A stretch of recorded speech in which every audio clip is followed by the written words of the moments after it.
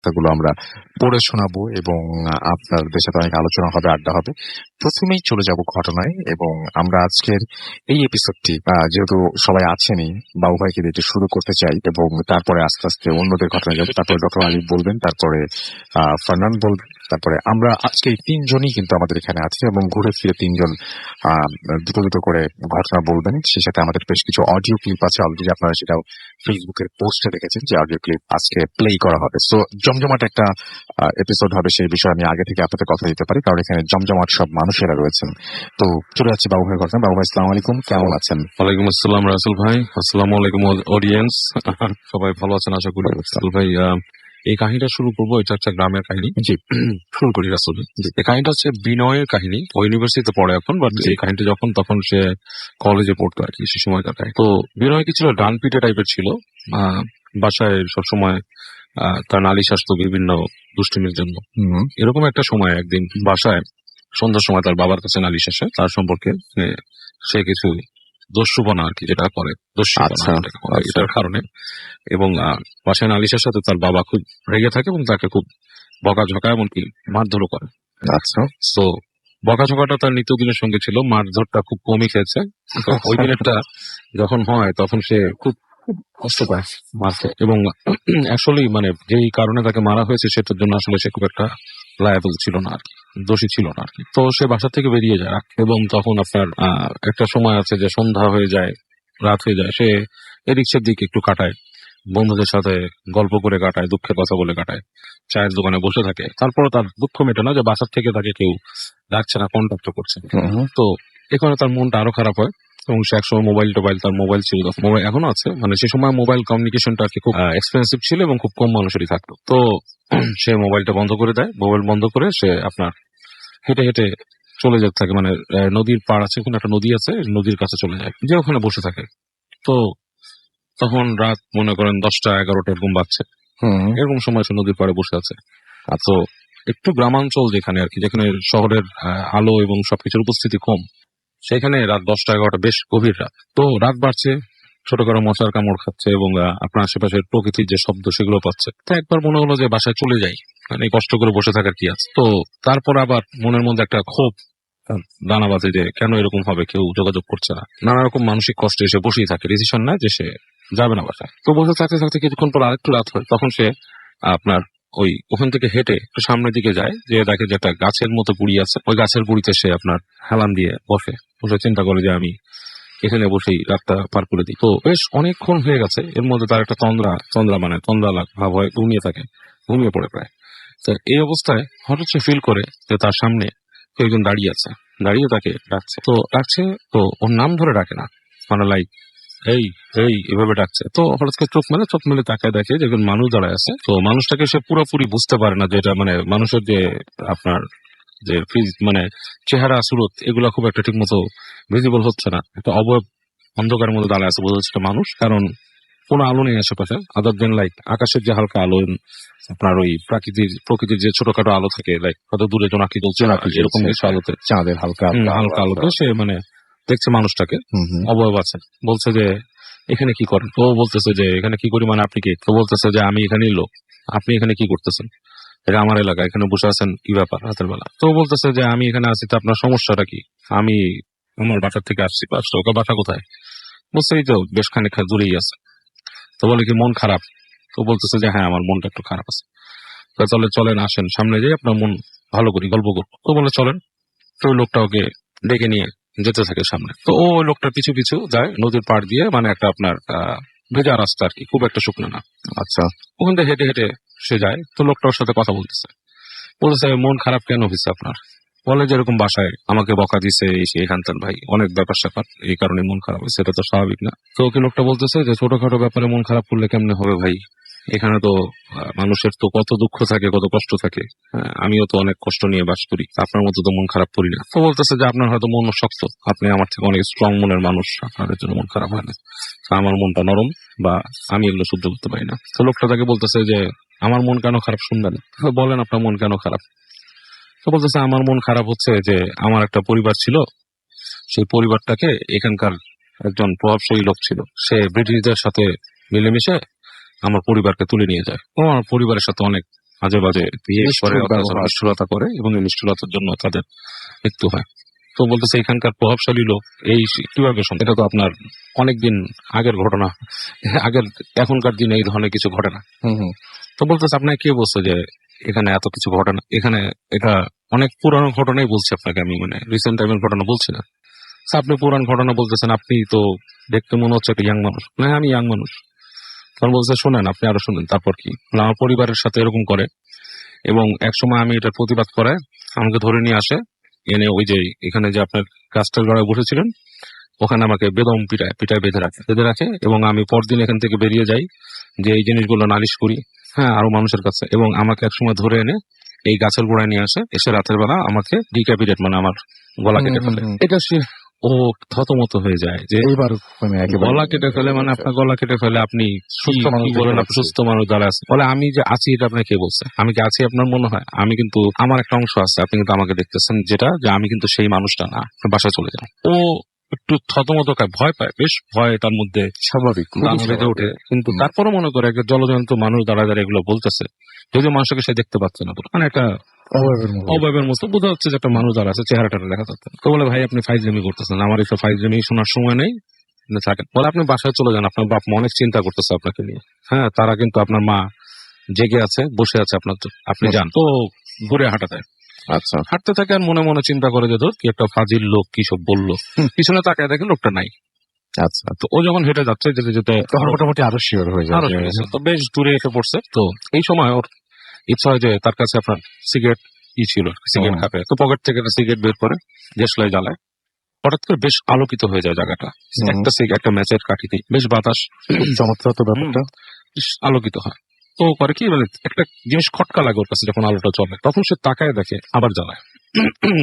তাকায় দেখে যে ওর যে মানে হেঁটে যে আসছে, ওর পায়ে যে একটা স্যান্ডেলের মতো ছিল সেটা ছাপ আছে, তার সাথে আরেকটা পায়ের ছাপ আছে। তো সেই পায়ের ছাপটা পুরো উল্টা, মানে আচ্ছা, সোজা না, মানে একই পেসে গেছে ওইদিকে, কিন্তু পায়ের ছাপটা উল্টো গেছে, উল্টো দিকে কেউ হেঁটে গেছে এরকম। উল্টো দিকে কেউ হেঁটে গেছে। এটা দেখে ওর প্রচন্ড মানে গা শিরশির করে উঠে, ভয় লাগে, কারণ ওর যেতে হবে কিন্তু ওই গাছের পাশ দিয়েই। এবং সে তখন মানে খুব করে দোয়া পড়তে পড়তে হেঁটে যেতে থাকে, মানে ওর ওর ধর্ম অনুযায়ী যে দোয়া আছে পড়তে পড়তে হেঁটে যেতে থাকে। হেঁটে যেতে যেতে ওই গাছের পাশে যখন আসে তো ছেদ করে ওঠে বুকটা, মনে করে যে এখানেই তো ঘটনাটা ঘটছে বা এই ধরনের কিছু বলছে। তো যখন আরো সামনে চলে যায়, পিছন থেকে ও ডাক শুনে। লোকটা বলে আপনি বাসায় বাড়ি চলে যান, কোনো চিন্তা নেই। হেঁটে হেঁটে ও চলে আসে। বাসায় এসে ঠিকই দেখে যে ওর মা ওই আপনার বাসার ইসের মধ্যে বাতি জেলে বসে আছে ওর জন্য। আচ্ছা। তো যে ঢুকে ঢুকে বলে যে আমি একটু কই গেছি রে, মা তো খুব টেনশন, এসে তোমার বাবা রাগ করলে বলে যেতে হয় না এসে। তো মাকে সে এক সময় মানে খেতে বসে খুলে বলে যে এরকম এরকম দেখছে। তার মা বলে যে এটা তো অনেকেই জানে, যারা পুরান তোর বাবাকে বললো জানে যে এখানে এরকম ইরে মেরে ফেলছিল, একটা লোকের কাহিনী বলে যে ওইখানে মেরে ফেলছে, এখানে এরকম হয়।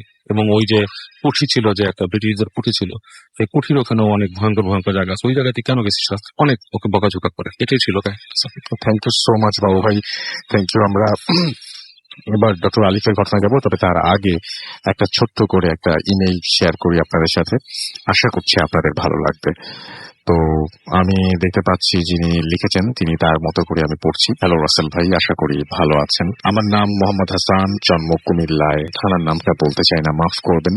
বর্তমানে আমি সৌদি আরব আছি, এখানে একটা কোম্পানিতে আমি চাকরি করি। অযথা সময় নষ্ট না করে আমি ঘটনায় চলে যাই। 2006 সালের মাঝামাঝি একটা সময় ক্লাস 3 একজন ছাত্র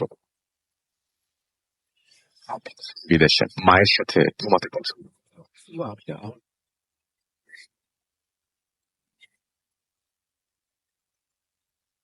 ছিলাম। হঠাৎ মাঝরাতে আমার ঘুম ভেঙে যায়, কিছু একটা আমাদের সামনে, আমাদের বালিশের সামনে দাঁড়িয়ে আছে। আপু আম্মাকে ধাক্কা দিলাম, চোর বলে চিৎকার দিলাম, তারাও আমার সাথে চোর চোর বলে চিৎকার দিল। চিৎকার শুনে পাড়া প্রতিবেশী, জ্যাঠা, চাচা সবাই আসে, কিন্তু অনেকক্ষণ খোঁজার পরেও চোরের কোনো অস্তিত্ব পাওয়া গেল না। সবাই আমাকে দোষারোপ করে যে যার ঘরে চলে যায়। আমার ফ্যামিলির সাথে একটা সমস্যা চলছিল, বলতে ভুলে গিয়েছিলাম। 2-3 মাস আগে আমার আপুর বিয়ে হয়, কিন্তু আপু এই বিয়েতে রাজি ছিলেন না, কারণ হয়তোবা বয়স কম ছিল, ক্লাস 9-এ পড়তো। কিন্তু ফ্যামিলি থেকে এক প্রকার জোর করে এই বিয়েটা দেয়া হয়। আপু মেনেও নেয়, সবকিছু ভালো চলছিল। কিন্তু ওই ঘটনার পর থেকে যেন সবকিছু উল্টা পাল্টা হয়ে যায়।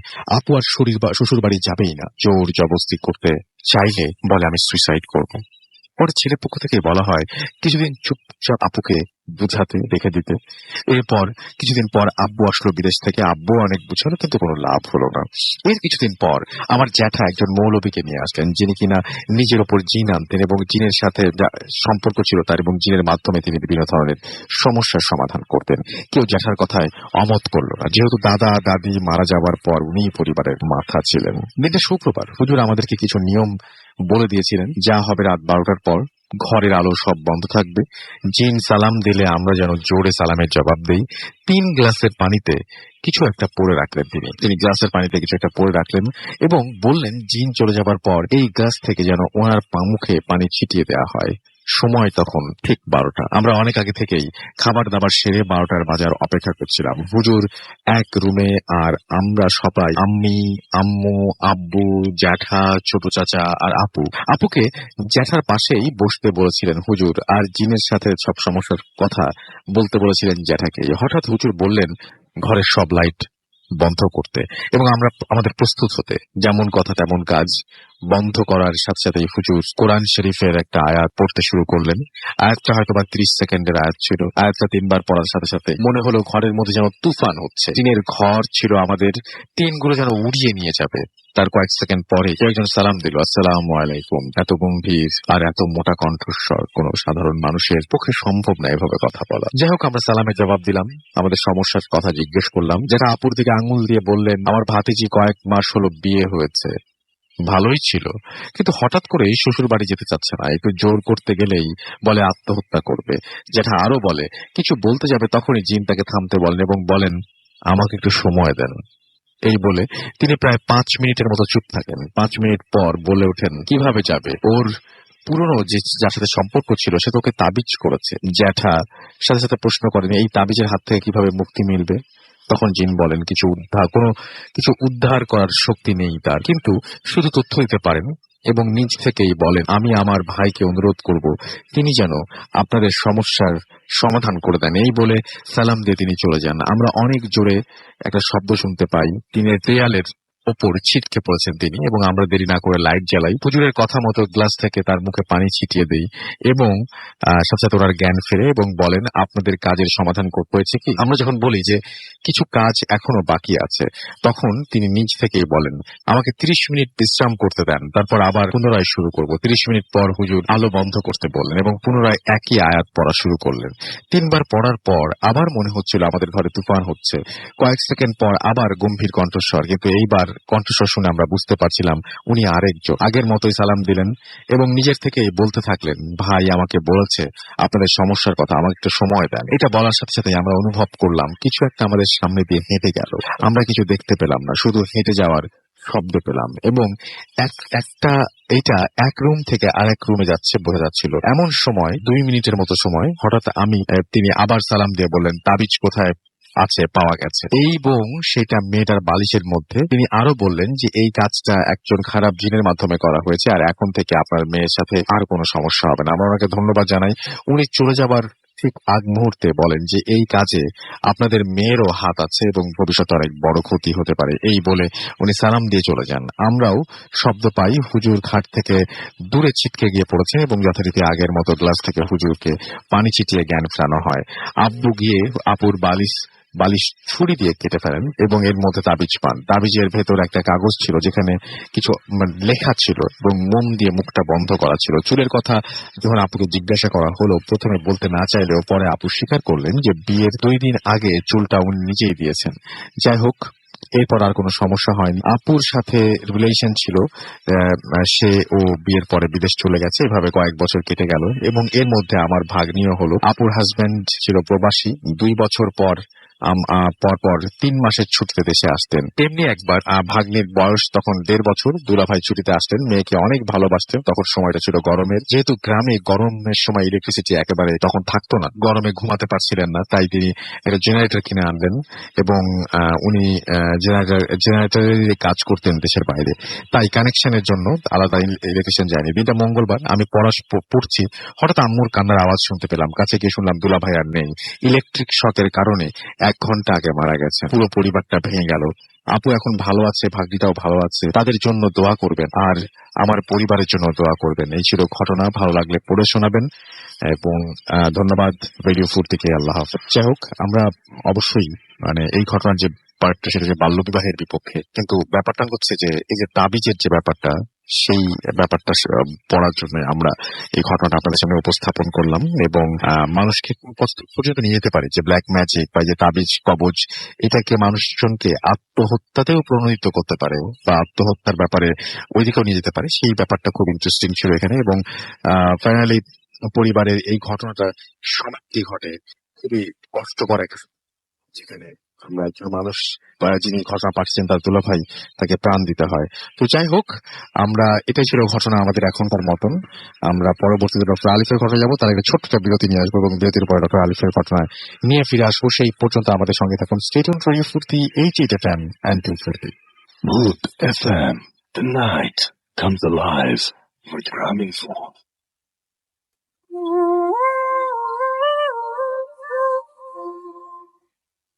রাইট, আমরা আছি ভূত FM এবং আপনারা সবাই আছেন the night comes live with গ্রামীণ ফোন। আমরা সবাই জানি এবং থ্যাংক ইউ গ্রামীণ ফোন আমাদের সঙ্গে থাকার জন্য। আশরাফুল মাহমুদ অ্যাশ ছিলেন তিনি এবং থাকবেন, সেটাই তিনি লিখেছেন। আমাদের সাথে আছেন দেখতে পাচ্ছি সারোয়ার হোসেন এবং তিনি এবং পৃথিবী আমাদেরকে লিখেছেন যে আমি বগুড়া থেকে শুনছি। শান্ত ছেলে আমাদের সঙ্গে আছেন, শান্ত খন্দকার আমাদের সঙ্গে আছেন এবং ভাই ভালো লাগছে। শুভ আচার্য শোভন লিখেছেন খুব ভালো লাগছে। এমডি মেহেদি হাসান, সানি রাহাত, সাইফুল ইসলাম, সোহেল আহমেদ, জুবাইর, প্লাবন আমাদের সঙ্গে আছেন। আমাদের সঙ্গে শেখ গিয়াসউদ্দিন আহমেদ কাউসার আছেন। এছাড়া রকিবুল হাসান আছেন আমাদের সঙ্গে, নাজমুল হুসাইন, ইভান সিলেট থেকে, ইএফ পুত্র আমাদের সঙ্গে আছেন। আমাদের সঙ্গে আছেন আশরাফুল মাহমুদ অ্যাশ, আমাদের সঙ্গে আছেন দেখতে পাচ্ছি তাওসিফ খান ইমরান এবং এছাড়া আমাদের সঙ্গে আছেন এফ জে তাহিদুল ইসলাম, আমাদের সঙ্গে আছেন দেখতে পাচ্ছি আর এইচ রুহুল রানি, মাহমুদুল খান, শুভ মনি, শুভ কিরণ রাজ, এছাড়াও আরো অনেকে আমাদের সঙ্গে রেডিও ফিফটির পেজে এই মুহূর্তে হচ্ছে ইমন আছেন। আবু আল সাইম লিখেছেন যে মাই ফেভারিট শো। জসিম স্বপ্নের রাজকুমারী আছেন আমাদের সঙ্গে এবং আমাদেরকে বলছেন যে আমি ভূতকে ভয় পাই না, ভয় পাই ভূত FM কে। ওকে, নুসরাত মিম আমাদের সঙ্গে আছেন। আমাদের সঙ্গে আছেন ডিফারেন্ট নাইম, ইমেলটা খুব সুন্দর ছিল। রাফি আহমেদ আমাদের সঙ্গে আছেন। আমাদের সঙ্গে আছেন জাহিদুল ইসলাম, এছাড়া আমাদের সঙ্গে আছেন রাব্বি ইসলাম রাজু, অভ্র মিথুন, আরিফুল ইসলাম খান, আব্দুল রাজ্জাক, মারুফ আহমেদ মারুফ, এমডি শাকওয়াত হোসাইন আমাদের সঙ্গে আছেন। দেখতে পাচ্ছি এইচ কে আসিফ এবং আমাদের সঙ্গে দেখতে পাচ্ছি যে ছবি আপলোড করেছেন, অ্যাপ দিয়ে শুনছেন তিনি। আমাদের সঙ্গে আছেন সাগর হাসদা, এছাড়া আমাদের সঙ্গে আছেন দেখতে পাচ্ছি ফারহান শান্ত আচার্য এখানেও আছেন এবং টিউলিপ দা ফ্লাওয়ার বি আমাদের সঙ্গে আছেন। আমাদের সঙ্গে আছেন ও দেখতে পাচ্ছি সুজাউল, এছাড়াও ডি এম শরণ সহ আরো অনেকে।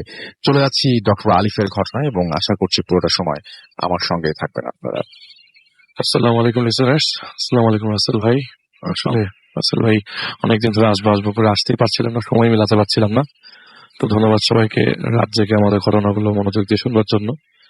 আজ যে ঘটনাটা শেয়ার করবো রাসেল ভাই, তাকে আমি আসলে চিনেছি আসার কয়েকদিন আগে। আমার এক বন্ধু তাকে রেফার করে আমার কাছে নিয়ে এসছে।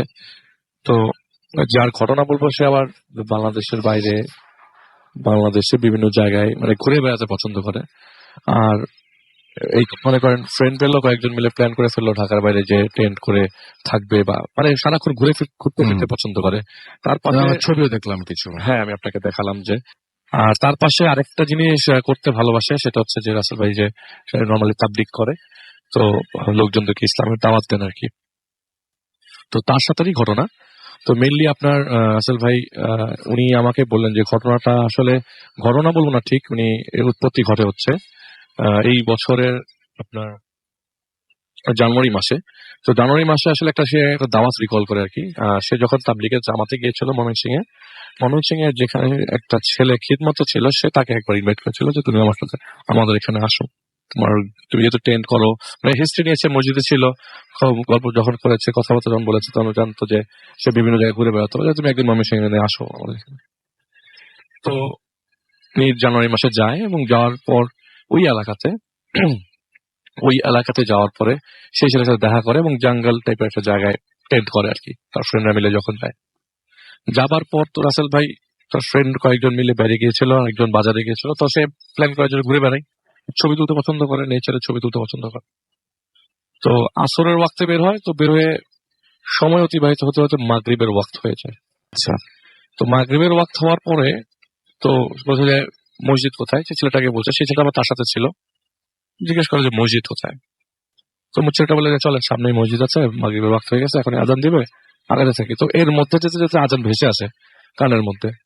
কিছু কিছু আজান মসজিদের মাইকের, আবার কিছু কিছু আজানের শব্দ পাওয়া যায় যে খালি মুখের আজান। আচ্ছা। তো রাস্তা দিয়ে যাওয়ার সময় হঠাৎ করে হাতের ডান দিকে একটা ঘরের দিকে স্বাক্ষরের চোখ পড়ে আর কি। স্বাক্ষর বলছে আমার বয়সে প্রায় সমানই। হুম। তো চোখ পড়ার পরে দেখে যে ওই ঘরটা তালা দেওয়া।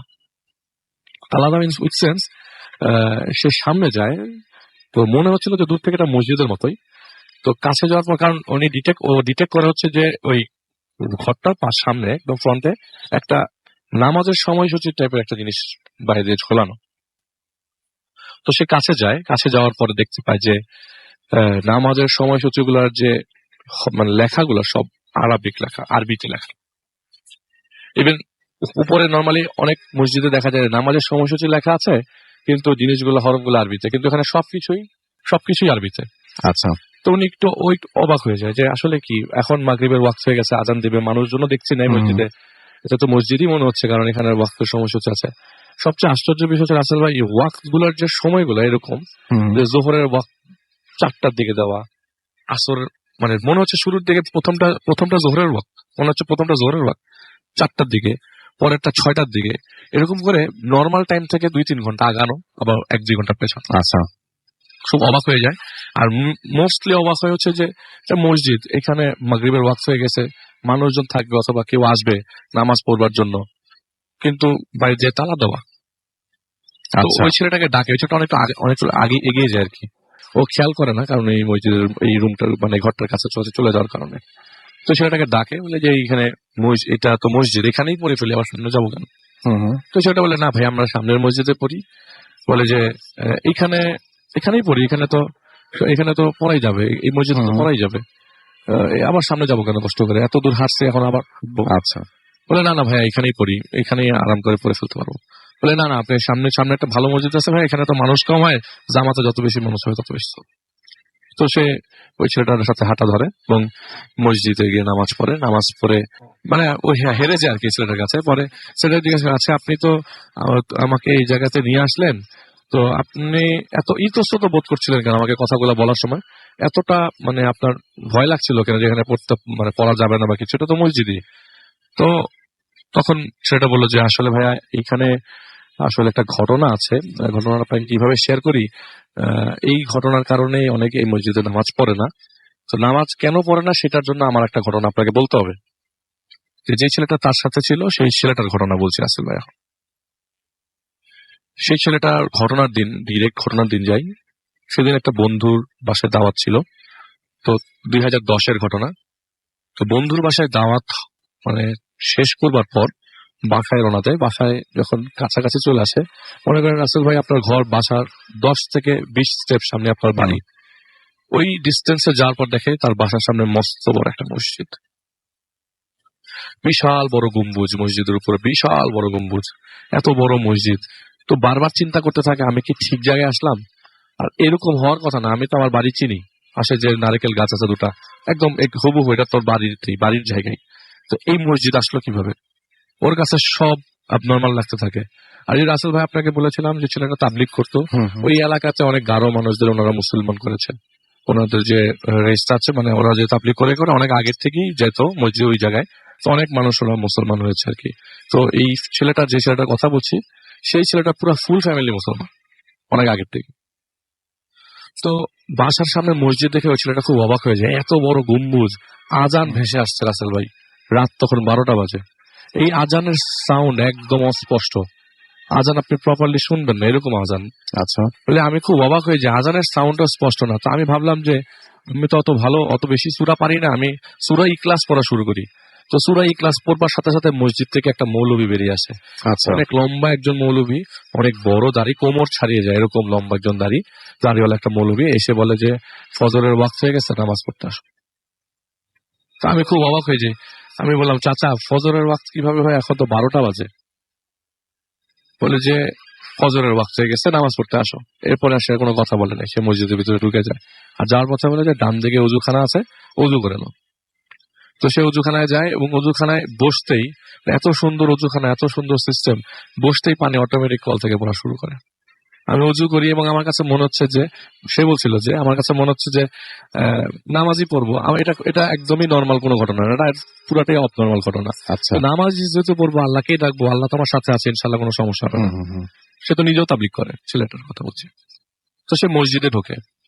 মসজিদে ঢোকার পর নর্মালি আমরা মসজিদে যারা যাই, মসজিদে ঢোকার পর দেখি যে অনেকে সুন্নত পড়ছে বা অনেকে বসে আছে।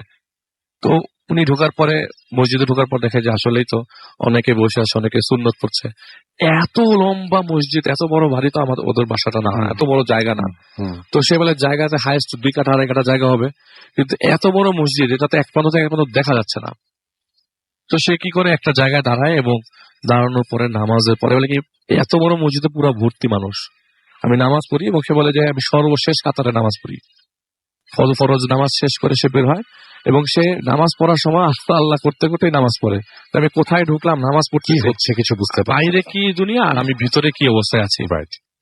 তো সে খুব অবাক হয়ে যায়। বলে যে ওর হার্টবিট মনে হয়, ওর বলে যে আমার হার্টবিট বেড়ে অনেকটু হয়ে গেছে এবং যে কোনো মুহূর্তে আমি পড়ে যাবো, এরকম অবস্থা। তো সে নামাজ শেষ করে এবং আস্তে করে হাতে অল্প করে আস্তে আস্তে হেঁটে হেঁটে হেঁটে হেঁটে পিছনে বেরিয়ে এক দৌড় দিয়ে বেরিয়ে যায়। মসজিদ থেকে বেরিয়ে মসজিদের দিকে তাকিয়ে দেখে এটা তার বাড়ি। নামাজ শেষ হওয়ার পর মসজিদ থেকে বেরিয়ে দেখে যেটা তার বাড়ি।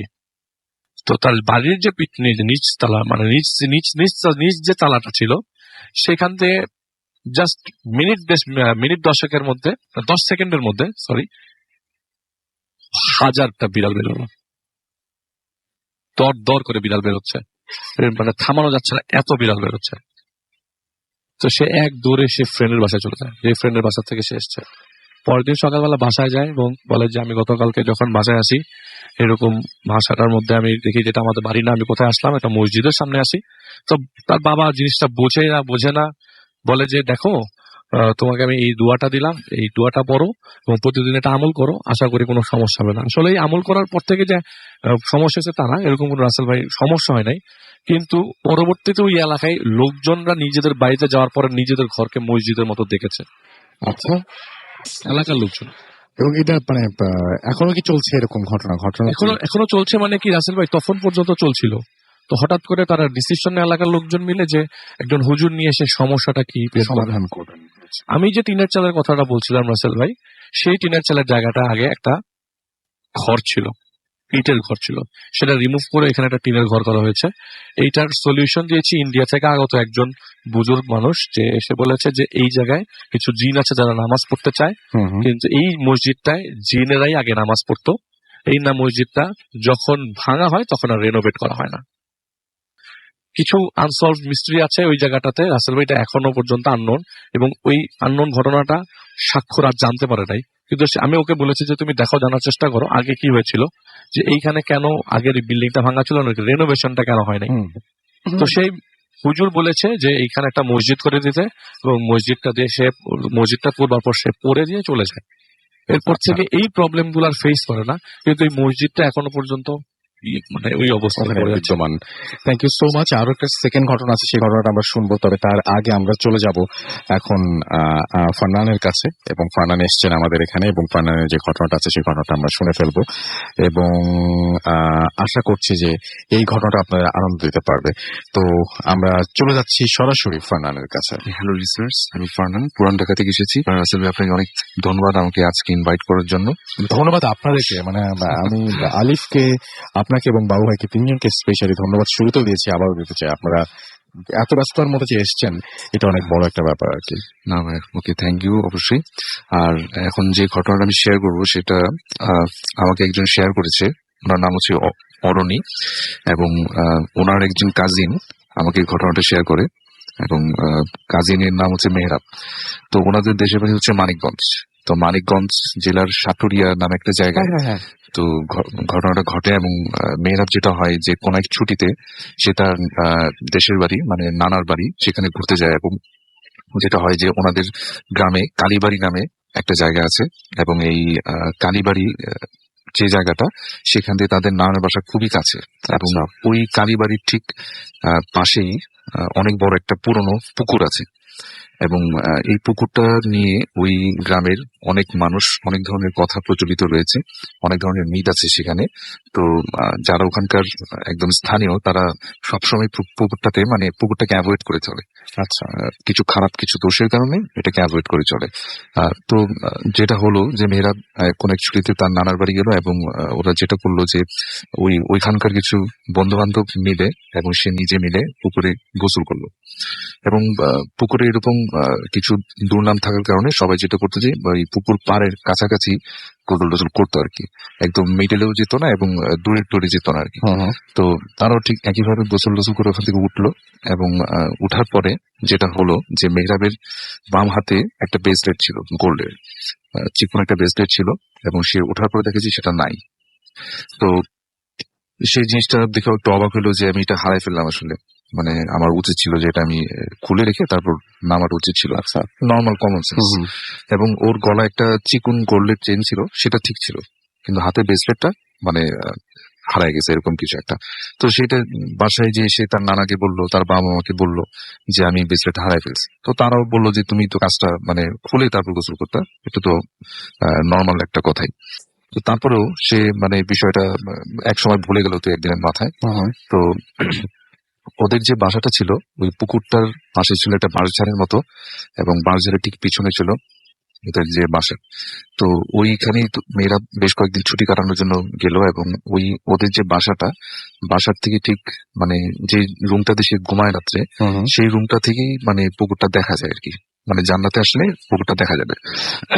তো সে এক রাতে মানে এই ঘটনাটা প্রায় 2-1 দিনের পরে সে রাত্রে ঘুমাচ্ছে, এবং হঠাৎ করে যেটা হয় যে তার রুমের যে বাহিরে যে জায়গাটা, যেটা একটু বনের মতো বালঝাড়ের মতো, ওখান থেকে মনে হচ্ছে যে কেউ একজন ওই রুমটার দিকে মানে পাতায় হাঁটলে যেরকম শব্দ হয় না, ঠিক এরকম একটা সাউন্ডে মনে হচ্ছে ওই জানলাটার কাছে আসতেছে কেউ হেঁটে। আচ্ছা। তো ওর হঠাৎ করে মানে ওই সময়টাতে মানে ঘুমটা ভেঙে যায়, এবং সে চিন্তা করে যে কিছু একটা আসতেছে নাকি পুকুর থেকে, যেহেতু পুকুরটা নিয়ে অনেক বদনাম তাদের গ্রামে প্রচলিত। তো সে যেটা করে যে মানে একটু সাহসিকতার পরিচয় দেখিয়ে সে যেটা করে যে জানলা দিয়ে দেখার চেষ্টা করে যে কি আসলো। সে ঘুটঘুটে অন্ধকারের মধ্যে দেখে যে কিছুই নাই, জানলার আশেপাশে কিছুই নাই, কিন্তু দূরে পুকুর পাড়ে যে একটা পুকুরের সাথে যে বটগাছটা ছিল ওখানে কিছু জোনাকির মতো মনে হচ্ছে যে ছোট ছোট চোখ মিটমিট করে একটু পরপর মানে তার দিকে দেখার চেষ্টা করতেছে এরকম। তো প্রথম অবস্থায় দেখলে এটাকে জোনাকি পোকা এরকম কিছু মনে হবে, কিন্তু সে এটাকে এই নর্মাল এটাই ভাবলো যে আসলে হয়তো বা কোনো জোনাকি বা এরকম কিছু। সে একটু ভয় পেয়ে গেল, ভয় পেয়ে জানলাটা লাগিয়ে সে শুয়ে পড়লো। এবং এরপর দিন সে তার নানাকে বললো যে আমি এরকম কিছু দেখছি। ওর নানা সবসময় তাকে বলে যে তুমি ওই পুকুরটাতে যেও না, পুকুরটা ভালো না, এবং পুকুরটাতে তুমি ওই ব্রেসলেটে যে হারিয়ে ফেলছো ওটা ভুলে যাও, ওটা নিয়ে তুমি আর কোশ্চেন করো না, এটা ভুলে যাও, এবং ওইখানে আর যেও না। এবং রাত্রে এরকম কিছু দেখলে এটা নিয়ে বেশি মানে গবেষণা বা ইনভেস্টিগেশনের দিকে মানে চিন্তা ভাবনা করো না এগুলো। আচ্ছা। তো এরপরও সে একইভাবে এর পরের দিন মানে রাত্রে যেটা হয় যে আবার একইভাবে তার ঘুম ভেঙে যায়। এবং একটা সময় যেটা মনে হয় যে ওই যে পুকুর পাড় থেকে মনে হচ্ছে কি ওই বাঁশঝাড়ের ভেতর দিয়ে হেঁটে হেঁটে অনেকগুলা মানুষ একসাথে হাঁটলে যেরকম শব্দ শোনা যাবে, ঠিক এরকম একটা সাউন্ড দিয়ে মনে হচ্ছে যে সবকিছু তার জানালার ঠিক পাশে এসে দাঁড়াচ্ছে, একটু পরপর হাঁটার শব্দ। এবং একটা পর্যায়ে সে ওই রাতের কথা মনে পড়লো যে এরকম তো আমি দেখছিলাম কিছু চোখের মতো মিটমিট জ্বলতেছে পুকুর পাড়ে বট গাছের নিচে, আবার না আমি দেখে ফেলি এটা, কেননা সেদিন ওই সাউন্ড গুলো একটু দূরে মনে হচ্ছিল, আর আজকে রাতে যে সাউন্ডটা একদম মনে হচ্ছে যে জানলার খুব কাছে এই জিনিসগুলো। ঠিক আছে, সে একটু ভয় পাচ্ছিল। এবং একটা পর্যায়ে তার কিছু সময়ের জন্য, অল্প কিছু সেকেন্ডের জন্য তার ভয়টা কমে গেল। এবং ভয়টা কমে গেল এই কারণে যে তার কাছে মনে হচ্ছিল যে তার জানালার ঠিক পাশেই অনেকগুলো লোক একসাথে আসলে যেরকম একটা সাউন্ড হয় না, যে কথাবার্তার এরকম একটা সাউন্ড। তো সে একটা পর্যায়ে মনে করলো যে হয়তো অনেক লোকই আসছে, অনেক মানুষ হয়তো বা তার জানালার পাশে দাঁড়ানো। সে একটু সাহস সঞ্চার করলো এবং বিছানা থেকে উঠে সে জানালার পাশে গিয়ে দেখার চেষ্টা করলো যে কি আসলে। সে যখন জানালার পাশে গেল সে দেখলো যে ঠিক ওই সেই রাতে যে ছোট ছোট মিটি মিটি দূর থেকে জোনাকির মতো যেগুলো মনে হচ্ছিল, ওগুলো ঠিক তার একদম জানালার পাশেই, এবং অনেকগুলা মনে হচ্ছে দুটা দুটা দুটা করে চোখ, জোড়া জোড়া চোখগুলা মানে লাইট, মানে লাল লাইটের মতো তার দিকে ভয়ানক দৃষ্টিতে তাকিয়ে আছে এরকম। তো এটা দেখার পরে সে একটু ভয় পেয়ে যায় যে এটা কি দেখলাম আমি, এত চোখের সামনে, একদম আমার মুখের সামনে জিনিসগুলো কি এগুলা।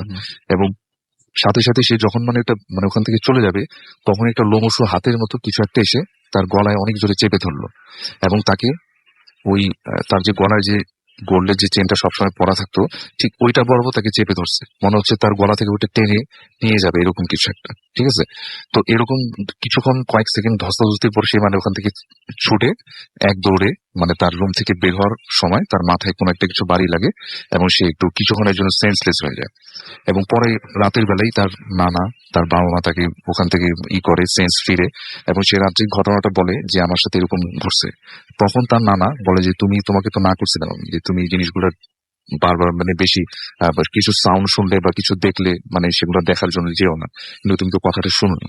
তখন সে তার বাবা মা সবাই তার নানাকে জিজ্ঞেস করে আসলে ঘটনাটা কি, এটা মানে এই জিনিসটা কি ছিল আসলে। তখন সে নানা যে ছিলেন উনি ঘটনাটা শেয়ার করেন। একটা ঘটনা উনি বলেন যে 1971-এর দিকে যখন আমাদের দেশ পাকিস্তানের আন্ডারে ছিল, মানে যুদ্ধের সময়, ওই সময়টাতে তাদের গ্রামে একজন মানে ওই পাকিস্তানি বাহিনীতে যারা হেল্প করে, মানে গোপন খবর দিয়ে দেয়, রাজাকার যারা বলা হয়, হ্যাঁ, তো এরকম একটা লোক ওখানে থাকতো তাদের গ্রামে, এবং তারা সবাই তাকে অনেক মানে ঘৃণা করতো, যে মানে সে পাকিস্তানের পক্ষে অনেক কাজ করে। তো ওই লোকটার যে স্বভাবটা ছিল, ওই লোকটার একটা স্বভাব ছিল যে কোনো ঘরে যখন মানুষজন পালিয়ে যেত মানে পাকিস্তানি বাহিনীদের ভয়ে, তখন সে যেটা করতো যে ওই ঘরে যা ছিল স্বর্ণের জিনিসপত্র, অলংকার লুট করতো। এবং সে মানে ওই সময়টাতে সেই কাজটাই করতো, যে মানে যার যেখানে পেতো স্বর্ণের অলংকার সেগুলো লুট করে চুরি করতো আর কি। হ্যাঁ, তো একটা সময় যেটা হয় যে গ্রামের কিছু মানুষজন, ম্যাক্সিমাম মানুষের গ্রাম থেকে চলে যায়, কিন্তু তাদের নিজেদের ভিটা বাড়ি ওখানে থাকার কারণে যে নানা উনি ওখানেই থাকেন। এবং ওই সময়টাতে গ্রামের কিছু মানুষজন যারা ছিলেন তারা ওনাকে মানে একটু বিশ্বাসযোগ্য মনে করে, এবং তাকে বলে যে আমাদের যা অলংকার টাকা পয়সা আপনি একটু রাখেন। তখন ওই ম্যাক্সিমাম স্বর্ণের জিনিসপত্রই তার কাছে আমানত হিসেবে রেখে যায়। তো ওই নানার কাছে ওই লোকটার ভয়ে, যে রাজাকারটার ভয়ে, যে কখন আবার লুট করতে আসে বা নিয়ে চলে যায়, তো সে বলে যে ঠিক আছে আমি রাখবো। এবং সে যেটা করে যে একটা জায়গায় মাটি খুঁড়ে মানে অনেক গোপন ভাবে তার বাসার একটা জায়গায় জিনিসটাকে গোপন ভাবে লুকায় রাখে, মানুষের আমানত করে। তো ওই রাজাকার যে লোকটা ছিল সে ওই নানার কাছে আসে একবার, আসার পরে তাকে অনেক হুমকি ধামকি দেয় যে আমাকে ওই জিনিসগুলো দিয়ে দেন, আমি আপনাকে মারবো না, মানে আপনার ফ্যামিলির কোনো কিছু হবে না, আমি বলে দিব, কোনো সমস্যা নেই। তখন সে ওই নানা যেটা করেন যে ওনার মানে ফ্যামিলির মায়া প্লাস ফ্যামিলিকে বাঁচানোর জন্য উনি যেটা একটা মিথ্যা কথার আশ্রয় নেন। সেই মিথ্যা কথাটা হচ্ছে এরকম যে উনি বলে দেয় যে আমি আসলে সবকিছু যা স্বর্ণের জিনিসপত্র ছিল সেটা আমি ওই পুকুরটার মধ্যে মানে একটা জায়গায় আমি রেখে দিচ্ছি, ঠিক আছে, পুকুরের নিচে আমি কোন একটা জায়গায় রেখে দিচ্ছি, এরকম একটা কথা বলে। তো ওই রাজাকার বলে যে আপনি এখন পুকুরে যে সাঁতার ওইটা নিয়ে আসে, ঠিক আছে। তো উনি বলে যে আমি তো সাঁতার পারি না, আমার ছেলে সাঁতার পারে কিন্তু সে তো এখন বাসায় নেই। তো ওই রাজাকার লোকটা যেটা হয় যে সেটা লোকটা আর কি করতে পারে না, সে মানে যেটা হয় যে নিজেই পুকুরে ঝাঁপ দেয়। পুকুরের পানি তখন এতটা গভীর ছিল যে পুকুরটা গভীর ছিল যে পুকুরের লতা পাতা পেঁচিয়ে ওই রাজাটা ওখানে ডুবে মারা যায়। আচ্ছা, এবং তার লাশও পাওয়া যায় না। এবং সে এটা নিজেও জানে নানা যে সে একটা মিথ্যা কথা বলার কারণে লোকটা মারা যায়, এবং সবাই চাইতো যে লোকটা যাতে মারা যায়, রাজাকার লোকটা কেউ তাকে পছন্দ করতো না। তো এরপর থেকেই যেটা হয় যে ওই পুকুরে যদি কেউ স্বর্ণ অলংকার পরে কেউ নামে, ওই যেটা হয় যে ওই হাত থেকে কেউ নিয়ে নেয়, অথবা গলাতে কিছু থাকলে ওটা নিয়ে নেয়। অদ্ভুত ব্যাপার, মানে পুকুরের এরকম একটা নেচার। হ্যাঁ হ্যাঁ, তারপরে ভাই আরেকটা কথা আছে। তো এই যে ঘটনাটা এখন অনেকে গ্রামের দুই পক্ষের মানুষ আছে, দুই ধরনের বিশ্বাসী মানুষ। এক ধরনের মানুষ যেটা বিশ্বাস করে যে এই রাজাকারের যে আত্মাটাই ওখানে মানে ক্ষতি করে, ক্ষতি করছে। আবার আরেকটা কিছু লোক মানুষ বিশ্বাস করে যে ওই পুকুরটার ভিতরে তারা অনেক চেষ্টা করে পুকুরটা কি করার জন্য, মানে যাতে একটা কোনোভাবে পুকুরের পানি কখনোই কমানো যায় না। কমানো না যাওয়ার একটা কারণ হচ্ছে যে পুকুরের নিচে একটা জায়গায় অনেক বড় একটা গাতলা ছিল, মানে অনেক বড় একটা গর্তের মতো। যতই ওখানে মাটি দেওয়া হয় ভিতর থেকে অটোমেটিক্যালি পানি চলে আসে।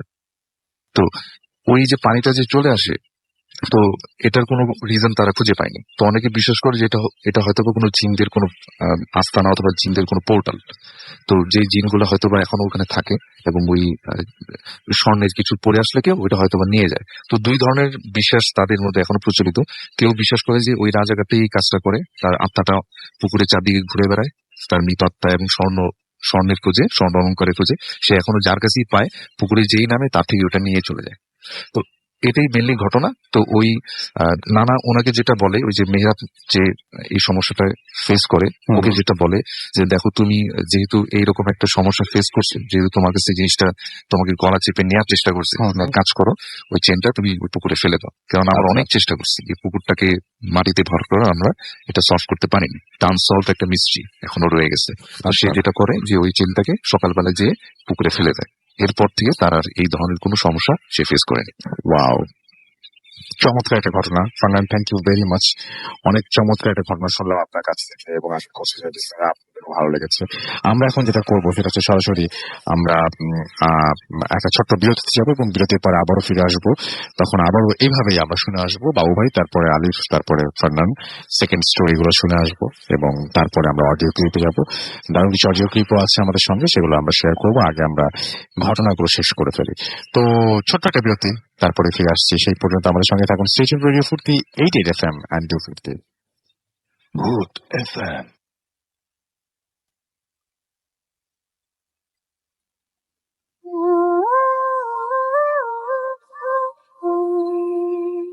Yes, the night comes alive with gramophone। শুনছেন সবসময় রেডিও ফুর্তি 88 FM।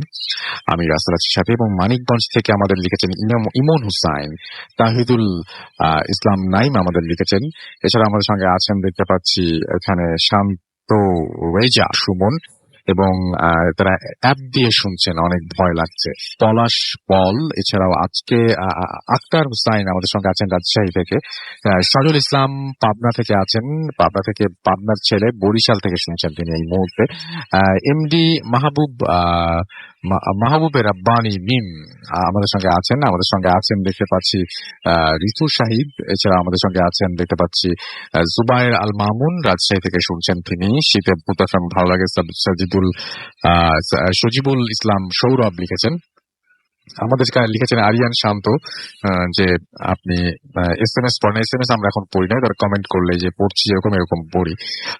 ওয়ারিফুর রহমান আমাদের সঙ্গে আছেন। আমাদের সঙ্গে আছেন মেঘবালিকা সিনথিয়া, এবং আমাদের সঙ্গে আছেন দেখতে পাচ্ছি শাহেদ আহমেদ, আমাদের সঙ্গে আছেন আফ্রিদি তুহিন, এছাড়াও নেহাল সহ আরো অনেকে আছেন। রেডিও ফুর্তির পেজ থেকে পড়ছিলাম, ভূত এফএম এর যে পেজ আছে সেই পেজে আমরা দেখতে পাচ্ছি যে আমাদেরকে ভূত FM horror club Chirang division আমাদের পড়েছেন, আমাদের লিখেছেন। এছাড়া আমাদের সঙ্গে আছেন দেখতে পাচ্ছি মার্শাল মেহেদি, ফ্রাইডে মানে ভূত এফএম, ভয়কে জয় করতে ভূত এফএম শুনবো। আমাদের সঙ্গে আছেন দেখতে পাচ্ছি নাইম, এছাড়া আমাদের সঙ্গে আছেন দেখতে পাচ্ছি আল আমিন আহমেদ, SH হৃদয় আমাদের সঙ্গে আছেন। ময়মনসিংহ থেকে আছেন ফাহিম মুনতাসির, আছেন আমাদের সঙ্গে কেডি আব্দুল্লাহ রাজ, আমাদের সঙ্গে আছেন দেখতে পাচ্ছি রাজশাহীর বয় পিয়ার, এছাড়াও আছেন মারিয়া খান, এবং আমাদের সঙ্গে আছেন দেখতে পাচ্ছি তিনি আমাদের ভূত এফএম অনেক পছন্দ করেন, তেমনটাই লিখেছেন, তার লেখা থেকে বোঝা যাচ্ছে সেটা। শেখ ওয়ালিদ আছেন আমাদের সঙ্গে আছেন এমডি রাহিল ইসলাম, AR সাইমুল, শেগুস্তা রেহনুমা আমাদের সঙ্গে আছেন এবং আমাদের সঙ্গে আছেন দেখতে পাচ্ছি অবন্তিকা আরাদি, এছাড়াও সাইদ হুসাইন আমাদের সঙ্গে আছেন। এমডি নাফিউল ইসলাম তানিম আমাদের সঙ্গে আছেন। ওয়াহিদ সৈকত আমাদের সঙ্গে আছেন। ইব্রাহিম JN আমাদের সঙ্গে আছেন। সোহান হুসাইন আমাদের সঙ্গে আছেন। ওয়াহিদ সৈকত আমাদের সঙ্গে আছেন দেখতে পাচ্ছি। এছাড়াও রকিবুল আমাদের সঙ্গে আছেন। ইলিয়াস, এছাড়া আমাদের সঙ্গে আছেন শৈব S অরুণিমা সহ আরো অনেকে। আপনি যদি থাকতে চান তাহলে চলে আসুন আমাদের পেজে, এবং আমাদের পেজে কিন্তু এই সপ্তাহে যারা অংশগ্রহণ করছেন তাদের ছবি তো আছেই, এছাড়াও আমাদের এই পেজটাতে কিন্তু একটা পোস্ট আছে, যে পোস্টটার একটা অডিও ক্লিপ আমরা শোনাবো আজকে কিছুক্ষণ পর। তো আমরা চলে যাচ্ছি আবারও বাবু ভাইয়ের কাছে তার ঘটনায়। হ্যালো রাসেল ভাই, এই কাহিনীটা আমার সাথে শেয়ার করেছেন নিশি। ওকে, ওরা ঢাকার একটা কলোনিতে থাকে, অ্যান্ড কলোনিটা হচ্ছে আপনার এমন একটা জায়গায় তার আশেপাশে বেশ কিছু পুরনো স্থাপনা আছে এবং একটি বড় কবরস্থান আছে। তো কাহিনীটা হচ্ছে এই কলোনিতে যখন ওরা মুভ করে আসে ফার্স্ট টাইম, তখন ওই পাশের যে কোয়ার্টারটা ওদের থাকতে দেওয়া হয়েছিল সেটা বেশ কিছুদিন মানে খালি অবস্থায় ছিল। যারা চলে গিয়েছিল তারা থাকার পরে নাকি আরেকটা ফ্যামিলি আসে এবং তারা ওখানে আপনার থাকতে পারে না আর কি, কিছু প্রবলেম ফেস করে এবং কোনো একটা কারণে সামথিং তারা কাউকে বলে না, বাট ওখান থেকে মুভ করে অন্য জায়গায় চলে যায়, তাদেরকে অন্য জায়গায় দেওয়া হয়। তারপর অনেকদিন ভ্যাকেন্ট পড়েছিল এবং এটার এক্সকিউজেস ছিল যে ওইটার ফ্যাসিলিটিস গুলো ভালো ছিল না, অনেক পুরনো হয়ে গিয়েছে অ্যান্ড নিউজ রিনোভেশন ভেতরে অনেক কিছু, সো এর জন্য অনেকদিন খালি পড়েছিল। যাই হোক, সো নিশির আম্মু গভর্নমেন্ট সার্ভেন্ট, তারা ওখানে আপনার মুভ করে ওঠে আর কি, ওই ফ্ল্যাটে যায় তারা। তো ওদের জন্য ওটাকে ঠিক করে দেওয়া হয়েছিল অনেকটাই। তো ওই ফ্ল্যাটটার এটা হচ্ছে এমন ঠিক কর্নারে পড়েছে রাসেল ভাই, ডান দিকে গেলে ওই কবরস্থানের অংশ দেখা যায় আর সামনে হচ্ছে ডেড এন্ড। আচ্ছা, ডেড এন্ড এই পাশে, আর যাওয়ার কোনো জায়গা নেই। আর পাশের যে ফ্ল্যাটটা ওখানের সাথে দেখা যাচ্ছে এমন ভাবেই করা যে তাদের সাথে খুব একটা কানেক্টিভিটিও নেই। তো যেহেতু ওরা নতুন গিয়েছে, সে তখন মানে এসএসসি শেষ করে গিয়েছিল, বেশ একটা ফাঁকা সময় ছিল কলেজে যাওয়ার আগ পর্যন্ত। তো বেশ একা থাকতে হতো বাসায়, কারণ ওর বাবা মার মধ্যে বাবা ছিল না আর কি, আর মা জব করতো, তো বাসায় থাকতে হতো বেশি টাইমটাই। তো দেখতো যে ওখানে ওর একটা ইনকিউবাস সিচুয়েশন তৈরি হয়েছে, সবার সাথে ভালো মতন মেশার সুযোগ হতো না এবং ওই অংশটা থেকে আসতো না, খেলতেও আসতো। আচ্ছা, সন্ধ্যার পর বেশ নীরব হয়ে যেত জায়গাটা এবং মানে কেমন যেন একটা নিস্তব্ধতা বিরাজ করতো এবং কবরস্থানটার দিক তাকালে বেশ উদাসী একটা ভাব মনে হতো ওখানে দাঁড়ায় এবং বেশ হুহু বাতাস চলতো, একটা সময় বেশ খুব বাতাস চলতো। তো যাই হোক, ওঠার পর কয়েকদিন পরের ঘটনা, একদিন দুপুরবেলা নিশি শুয়ে আছে ওখানে ওই ইসের মধ্যে, বেশ ভর দুপুর। এই সময় মনে হচ্ছে যে ওদের ওই বাসার যে কিচেনটার মধ্যে শব্দ হচ্ছে টুকটাক টুকটাক, মানে কেউ নাড়াচাড়া করছে কিছু। তো বলতেছে যে এরকম সময় কে আসবে এখানে, বাসার মধ্যে আছে, বাসা তো খালি, কেউ নাই। সে উঠে দৌড় দিয়ে কিচেনে যায়, দেখে কোনো শব্দ নাই, মানে পুরা নীরব, নিথর, কোনো শব্দ নাই এবং বাসার অন্য কোথাও কোনো শব্দ নাই। তো চলে এসে এখানে বসে। বিকালবেলা বাসার থেকে বাইরে যায়, বাইরে যেয়ে হেঁটে দেখার চিন্তা করি এখানে। তো ওখানে একটু হাঁটতে সামনে যে অন্য বাসার মানুষ দেখে ওকে ওর বয়সী প্রায় একটা মেয়ে ডাকে, ডেকে বলে তোমরা ওখানে নতুন আসছো? বলে হ্যাঁ। তো বলে যে তোমরা ওখানে থাকছো কিভাবে? মানে ওখানে থাকছো মানে ওইটা তো অনেক মানে খুবই মানে ভয়ের একটা জায়গা মানে বলে ওই ফ্ল্যাটটাতে সবসময় প্রবলেম হয়। মানে প্রবলেম হয় মানে অনেক মানুষ ভয় টয় পায়, অনেকদিন খালি পড়েছিল এবং আমরাও তো কেউ যাই না ওখানে, এবং ওই বাসায় এখানে আরেকটা ফ্যামিলি আসছিল, তারাও চলে গেছে। বলে কিরকম কি হয়? বলে অনেক কিছু হয়, তোমার এগুলো ভয় দেখাতে চাই না, তোমরা আসছো সাবধানে থেকো, দোয়াটাও পড়ে থেকো এখানে। তো জিনিসটা তখন চিন্তা করে যে আমি যে দুপুরে শব্দ শুনছিলাম এটা কি আসলে এরকম কিছু রিলেটেড কিনা কে জানে। যাই হোক, তো ওরা ওখানে থাকতেছে কয়দিন এবং ওর কাছে একটা ফিলিংস হতো যে রাতের বেলা বাসার সব জায়গায় কেউ হেঁটে বেড়ায় আর কি, ওই বাসার মধ্যে করিডোর যেখানে ডাইনিং স্পেস, ওখান থেকে হাঁটে এবং শব্দ পেত। ওর মাকে অনেক বলছে অনেক সময়, আম্মা বলে যে ক্লান্ত থাকতো, উনি ভদ্রমহিলা আন্টি বলছে যে ঘুমায় যাও, এগুলা কিছু না। তো যাই হোক, এরকম থাকতে ও কয়েকদিন পর থেকে দেখা শুরু করে যে ওদের বাসার জানালার কাছে চিল এসে বসে থাকে। দুপুরের পর একটা চিল এসে দাঁড়ায়। চিলটা কিন্তু একটা আনইউজুয়াল পাখি রাসেল ভাই, মানে কবুতর বসা, বেশ বড়, এবং ও দিয়ে কিন্তু ভয় পাওয়া শুরু করে চিলটাকে দেখে, কারণ চিলটা এরকম চোখ মানে তাড়ি করে দাঁড়ায় থাকে এবং ওখান থেকে উড়ে যায়, চিলটাকে থেকে ভয় পাওয়া শুরু করে। তো একদিন রাতের বেলা শুয়ে আছে, ওর ওই জানালার মধ্যে মনে হচ্ছে যে কেউ ঠাস করে মানে ডানা ঝাপটাচ্ছে এরকম একটা শব্দ এবং নখের আচড়ের মতো শব্দ। তো বেশ ভয় পেয়ে যায় ও চিন্তা করে আম্মুকে ডাকবে কিনা, মানে ভয় পায়। আবার চিন্তা করে যেটা কি হচ্ছে তো জানলার মধ্যে এরকম বাড়ি যায়, টোকা দেয়, দেখে শব্দ নাই, আবার কিছুক্ষণ পরে এরকম হয়।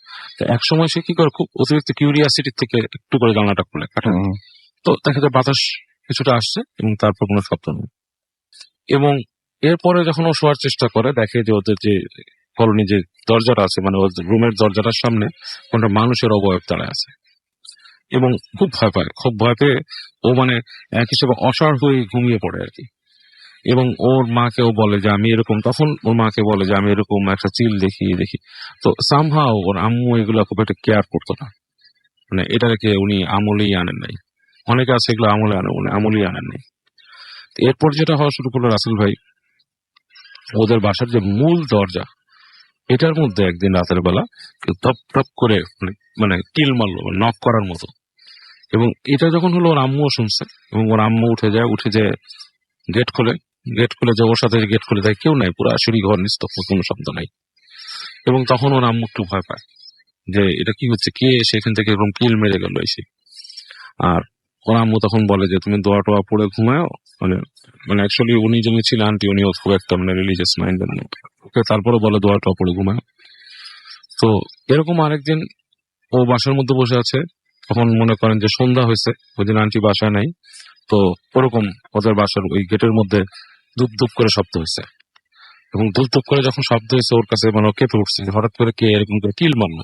বাসায় কেউ আসলে সম্ভবত নক করে বা কথা বলে বা একটা ডাকে, এরকম ওদের বাসায় খুব একটা আসেও না মেহমান। ওরা খুব আলাদা ভাবে বাসার মধ্যে থাকে, মানে খুব একটু আলাদা ইনকিউবাস টাইপের বাসা থাকে, কেউ ওদেরকে ডিস্টার্ব করে না, কিল মারতেছে বাসায়।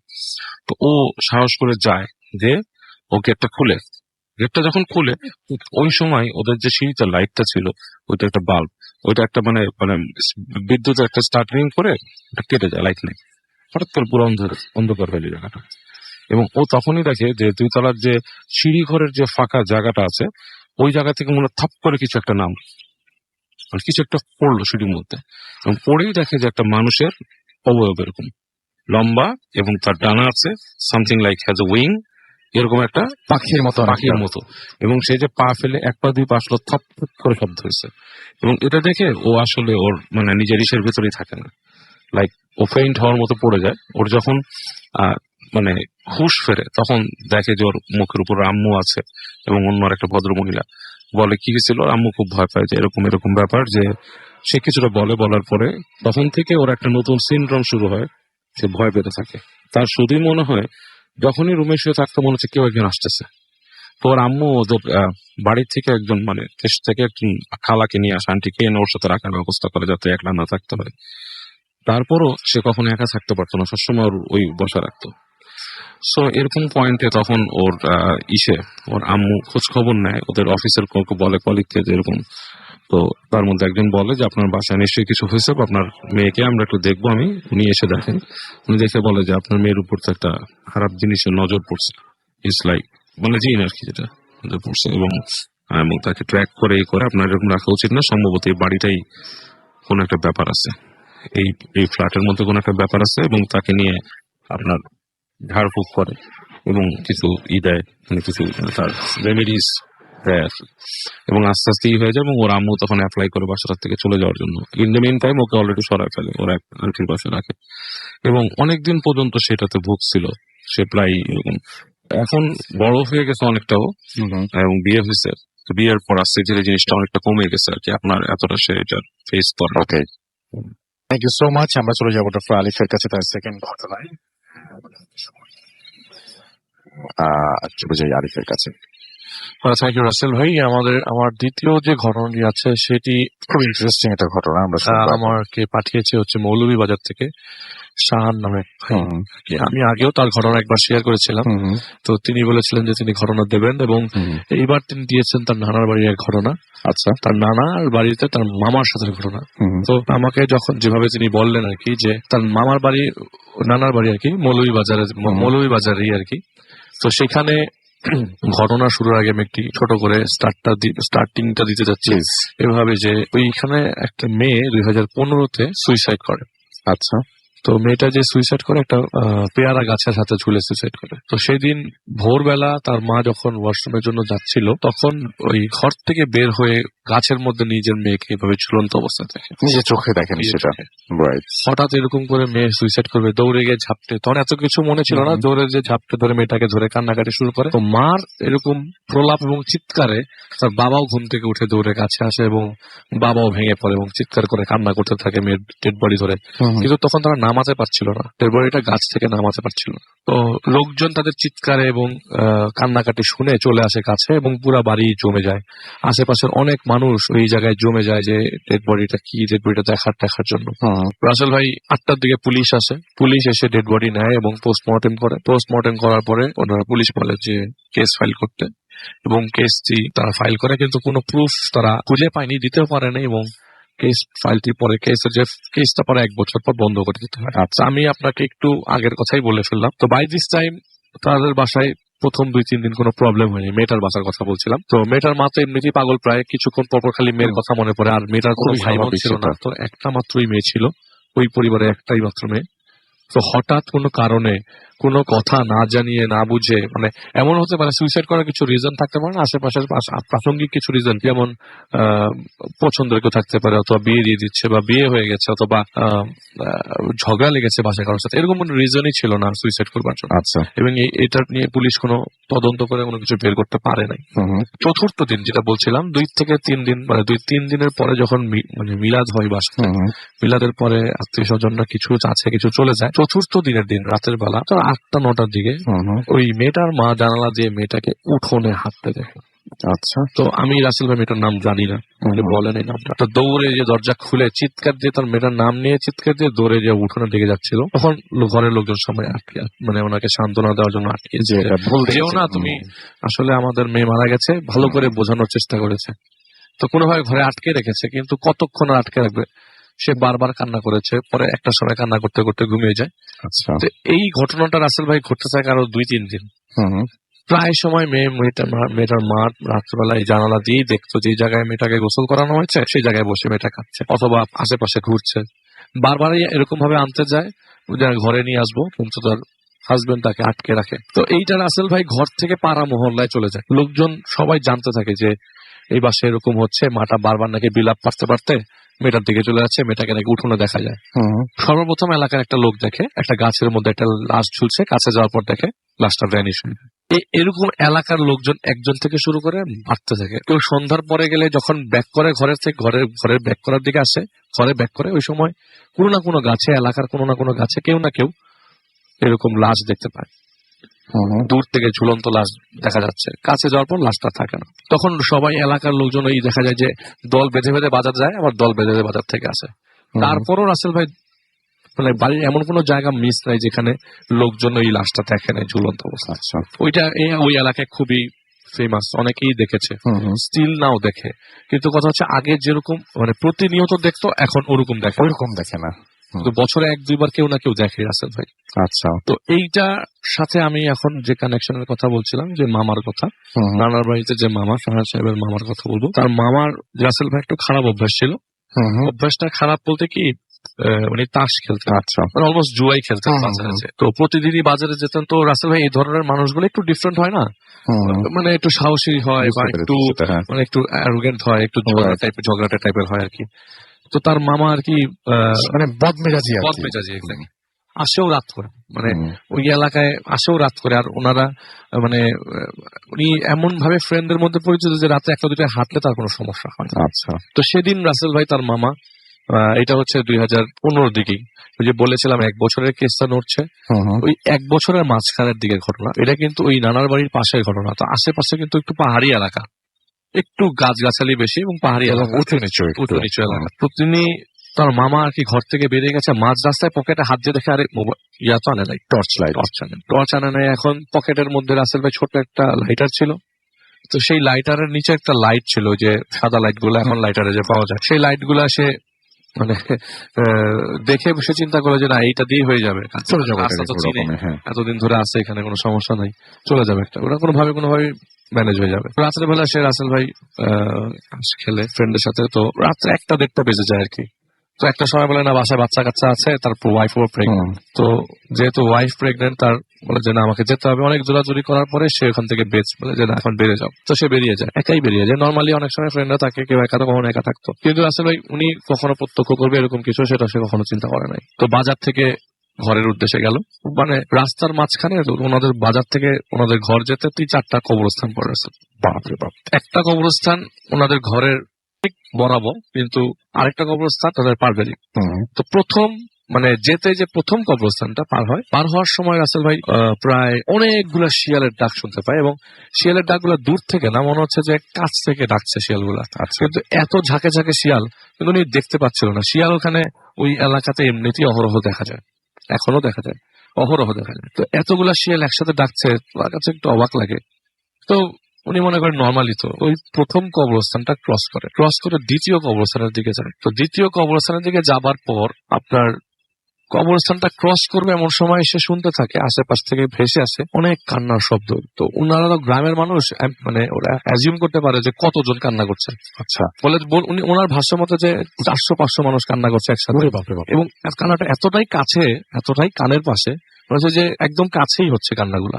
ওই কান্নার মাঝে কিছু হাসির শব্দ, তো বিশ্রী হাসির শব্দ। তো সে ওই রাস্তাটাও ক্রস, তো তার কাছে খুব অবাক লাগতে থাকে, আমি কিছু ফেস করবো কি। তো তৃতীয় কবরস্থানের রাসেল ভাই, ওই কবরস্থানটা তাদের পারিবারিক কবরস্থান, যে শাহান সাহেবের কথা বললাম, ওনার নানাদের কবরস্থান। সেই কবরস্থানের গেটের চাবিও তার কাছে আছে। তৃতীয় কবরস্থান ক্রস করবার পর তিনি যখন ঘরের, মানে তাদের বাড়ির দিকে উদ্দেশ্যে রওনা দিবে, এমন সময় তিনি দেখলেন, তিনি যেই রাস্তা দিয়ে ঢুকবে তার ঘরের দিকে, এই রাস্তার মাথার মধ্যে সে স্টিফ হয়ে যায়, মাটির সাথে তার শরীর লেগে যায়। সে বলছে যে আমার সব শক্তি মনে হলো যে একটা জায়গায় স্টিফ হয়ে গেছে, আর আমার আত্মাটা বেরিয়ে গেছে শরীর থেকে। মানে এগুলো নড়াচড়া করার কোনো নড়াচড়া উপায় নেই করতে পারছে একদম। না, যে আমি আমার আঙ্গুল নাড়াতে পারছি না, কিছু না, কিন্তু আমি দেখতে পাচ্ছি, আমি স্মেল নিতে পারছি, আমি আমার ঠোঁটটা পর্যন্ত নাড়াতে পারছি না। তার মানে সে জীবিত, এটা উনি বুঝতে পারছেন, জীবিত, সবকিছু কিন্তু ঠিকঠাক আছে, শুধুমাত্র শরীর চলছে না। শরীর চলছে। খুবই অদ্ভুত, মানে পাথর হয়ে গেছেন আর কি। 5 মিনিটের মধ্যে তাদের বাড়ি থেকে একটা লাশের খাটিয়া সহিত অনেকগুলা মানুষ আসতে, লাশের খাটিয়া সহিত অনেকগুলা মানুষ আসতে থাকে, এবং মানুষগুলা মানে আসা যে শুরু করেছে, তাকে যখন ক্রস করে যাচ্ছে, ওই মুহূর্তে সবার মুখে আশহাদু আল্লা ইলাহা ইল্লাল্লাহ আশহাদু আন্না মুহাম্মাদান রাসূলুল্লাহ, তাকে ক্রস করে এগুলো, এটা একদম স্পষ্ট শুনতে পেল, এবং শুনতে পাচ্ছে যে সবার মানে গ্রান পাচ্ছে, অনেক সুগন্ধি, মানে গন্ধ পাচ্ছে, এবং সবাই যে তার পাশ কেটে যাচ্ছে, মনে হচ্ছে তার উপর দিয়ে কেউ চলে যাচ্ছে, কেউ স্পর্শ করছে না, তাকে ভেদ করে চলে যাচ্ছে সবাই। মানুষ যে যাচ্ছে, আসলে রাসেল ভাই ওই মুহূর্তে সে বলছে যে আমি এত সাহসী একজন মানুষ, আমি নিজের কাছে নিজে লজ্জা করে রেখেছি, আমি নিজে নড়তে পারছি না, কি হচ্ছে আমার সাথে। এবং মানুষ যে যাচ্ছে থামছে না, কন্টিনিউয়াস। একটা গ্যাপ যাওয়ার পরে আরেকটা লাশ বাড়ি থেকে বেরোনো। আচ্ছা। আরেকটা লাশ বাড়ি থেকে বেরোর সময় ওইটার সাথেও মানুষ কন্টিনিউয়াসলি যাচ্ছে। বললো যে আমি এতক্ষণ ধরে দাঁড়িয়ে আছি, আমি মুভ করতে পারছি না। তো সব লাশ নিয়ে তাদের কবরস্থানের ভেতর ঢুকছে। তো তার কথা হলো, কবরস্থানে যদি কেউ লাশ দাফন করতে যায়, তাহলে কবরস্থানে লাইট জ্বালানো থাকবে 1 নম্বর, আর 2 নম্বর কথা হচ্ছে কবর খোলা থাকবে। আর আমার বাড়ির, সে মনের মধ্যে মানে হার্টবিটটা তার বেড়ে যায় যে বাড়ি থেকে কেউ মারা গেল নাকি, আমাকে কেউ একবার জানালো না, আমি তো, আমার সাথে তো মোবাইল ফোন আছে। তো 2টা লাশ বেরিয়ে যাওয়ার পরে সর্বশেষ মানুষ যাওয়ার পর তার বডিটা একটা ধাক্কা দিয়ে নর্মাল হয়ে গেল। একটা ধাক্কা দিয়ে নর্মাল হয়ে যাওয়ার পর সে বাড়ির দিকে রওনা দেয়। এখন যেটা হচ্ছে সেটা নর্মাল না, আর এটা এগুলি নর্মাল না। তো ঘরের দিকে দৌড়ে যেই একটা ইটের সাথে বাড়ি খেয়ে সে পড়ে যায়, পড়ে যেয়ে সে তার ঘর বরাবর পাশে একটা গাছ আছে, এই গাছের মধ্যে সেই মেয়েটাকে ঝুলন্ত অবস্থা দেখতে পায়, যে মেয়েটাকে এলাকার লোকজন এতদিন সবাই যখন এলাকার লোকজন, সেও জানতো, অনেকে দেখতে পাচ্ছে, সে দেখে ওই জায়গায় পড়ে যায়। তো তার ওয়াইফ এর কাছের ঘটনা, ও তার ওয়াইফ আপনার টিউবওয়েল থেকে উজু করতে, টিউবওয়েলের দিকে যাবে উজু করতে, ফজরের আজান, মানে এর পরের ঘটনাটুকু তার ওয়াইফের কাছ থেকে শোনা, ওয়াইফের কাছ থেকে শোনা। তাহলে রাসেল 1:30টার পর থেকে ফজর পর্যন্ত তাকে ওই জায়গায় স্টিফ হয়ে থাকতে চলেছে। তো তার ওয়াইফ যখন টিউবওয়েলের দিকে যাবে, তো আমি আগেই বলেছি তার ওয়াইফ প্রেগনেন্ট ছিলেন, তো তার ওয়াইফের কষ্ট হচ্ছিল, দরজা খুলে দেখে তার হাজবেন্ড পড়ে আছে, এবং আশেপাশে মানুষদেরকে সাহায্যে তাকে ঘরে নিয়ে নর্মাল করার পরে সকালে যখন ঘুম ভাঙে, ঘুম থেকে ওঠার পর তিনি বললেন যে তার সাথে এই ঘটেছে, এবং সে খুব অবাক, এবং সে ওয়ান কাইন্ড অফ হাসির পাত্র হয়ে গেছিল সবার কাছে, যে তুইও শেষ পর্যন্ত দেখলি এরকম টাইপের। কিন্তু ওনার ভিতরের অবস্থা তো খালি উনিই জানেন, যে উনি 2টা লাশ বেরোতে দেখেছে, এবং সেই মেয়েটা পাথর হয়ে যাওয়াটা, এবং ওই জায়গা পর্যন্ত নড়তে পারছে না, এবং এলাকার লোকজন জানে তো 1:30-2টা কোনো সমস্যা নেই ওর জন্য, কিন্তু ওই জায়গায় সেই রেগুলার ব্যাপার আর কি লাইফে। মানে ওর এই কথাটা শুনে সবাই একটু মানে মুচকে হাসি দেওয়ার মতো অবস্থা। ঠিক 1 মাস পর রাসেল ভাই যেটা উনি কানেক্ট করেছে, যে 1 মাস পর ওনার ওয়াইফের যখন ডেলিভারি হয়, ওখানে যে হসপিটাল ছিল, ওই যে আপনার সবুজ ছাতা হসপিটাল ছিল, সেখানে তার ওয়াইফের ডেলিভারিটা মিস হয়ে যায়। মানে মিস হয়ে যায় কি, একটা ভুলের কারণে ওয়াইফও মারা যায়, তার বাচ্চাটা মারা যায়। তখন সে জিনিসটা কানেক্ট করার চেষ্টা করে যে ওই যে দুটো লাশ বের হয়, একটা তার ওয়াইফের লাশ, একটা তার বাচ্চার লাশ। হুম। তো এখন রাসেল ভাই এটার সাথে সে কানেক্ট করার চেষ্টা করলো, পরে পরবর্তীতে রাসেল ভাই মানে সেটাই সে হয়তো খাটিয়া বের হতে ভাবেই দেখেছিল। বেরোতে দেখেছে আর কি তার বাড়ি থেকে। হুম। 1 মাস আগেই দেখে ফেলেছে আর কি। তো তার মানে এটা আমার কাছে হৃদয় বিদারক লেগেছে আসলে, খুবই হৃদয়বিদারক, খুবই শেয়ার করি। আর উনি এখনো পর্যন্ত আছে এবং ফেসবুক হয়তো আমি এখানে ওপেনলি বলে দিই শাহান ভাইকে যে যদি সে পারে তাহলে ফেসবুকে একটা কমেন্ট করে দিতে আমার হ্যাঁ, যেখানে আপনাদের সবার ছবি টবি আছে না, রিকোয়েস্ট করবো। Right. উনি শুনছেন, অবশ্যই শুনছেন। থ্যাংক ইউ শাহান ভাই, থ্যাংক ইউ। এবং আমি হ্যাঁ, চমৎকার ঘটনাটার জন্য আমরা ওয়েট করছিলাম। থ্যাংক ইউ ভেরি মাচ আমাদের সঙ্গে ঘটনাটা শেয়ার করার জন্য। আমরা চলে যাচ্ছি ফারনানের কাছে। ফারনানের লাস্ট যে স্টোরিটা আছে সেই স্টোরিটা আমরা শুনবো এবং আশা করছি যে পুরোটা সময় আপনারা এনজয় করছেন। চলুন যাই আমরা ফারনানের কাছে। ফারনান, লাস্ট স্টোরিটা আমরা শুনে ফেলি। আমার লাস্ট স্টোরিটা এখন বলবো। আমাকে একজন ফেসবুকে শেয়ার করেছেন। উনি মূলত কলকাতায় থাকেন এবং ওনার নাম হচ্ছে শুভঙ্কর। তো ওনার যেটা হয় যে চেন্নাইতে পড়াশোনা করার কারণে তো ওইখানকার একটা ঘটনা উনি আমার সাথে শেয়ার করেন। তো ঘটনাটা হচ্ছে মেইনলি অনেকেই হয়তো শুনে থাকবেন, চেন্নাই টু পন্ডিচেরি যে রোডটা মানে হাইওয়ে রোডটা মানে যেটা ওয়েস্ট বেঙ্গলকে চেন্নাইয়ের সাথে সংযুক্ত করেছে মানে দক্ষিণ ভারতের সাথে। তো সেই রোডটার একটা ঘটনা উনি আমাকে বলেন। তো ওনাদের একটা সময় যেটা হয়েছে গত বছরের দিকে, এটা 2016 এর ডিসেম্বরের দিকের ঘটনা। তখন মোটামুটি 1 বছর আগে, এক বছর আগে, তখন মোটামুটি ভালো ঠান্ডা ওই চেন্নাইতে। তো ওনারা যেটা করেন যে ওনাদের সেমিস্টার ফাইনাল হয়ে যাওয়ার পরে ওনারা একটা প্ল্যান করেন যে ওনারা পন্ডিচেরিতে মানে একটা বাংলো ভাড়া করে যে ওনার হলিডেতে তারা সেই বাংলোটাতে ঘুরতে যাবে। এবং ওই বাংলোটাতে যাওয়ার জন্য ওনারা যেটা করে যে 3-4 জন ফ্রেন্ড মিলে একটা গাড়ি ভাড়া করে।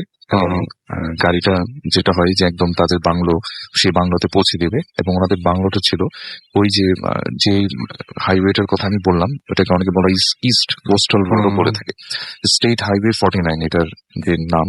তো এই হাইওয়েটার ঠিক শেষ মাথায় এবং সেখানে কিছু বন জঙ্গল এবং সেই বন জঙ্গলের ভিতরেই বাংলোটা। খুব সুন্দর একটা অ্যাডভেঞ্চারাস একটা জায়গা। তো ওনারা প্ল্যান মতো সেই গাড়িটা নিয়ে গাড়ির ড্রাইভারকে তারা সবকিছু সেট করে এবং গাড়ির ড্রাইভারকে বলে যে আমরা আসলে সন্ধ্যার পরে রওনা হবো সেই হাইওয়েটা দিয়ে। কিন্তু গাড়ির ড্রাইভার কোনো মতেই সেই হাইওয়েটা দিয়ে এই সন্ধ্যার দিকে মানে রাত্রে জার্নি করতে রাজি হয় না। মানে দ্বিগুণ ভাড়া দেওয়ার পর সেটা রাজি হয়।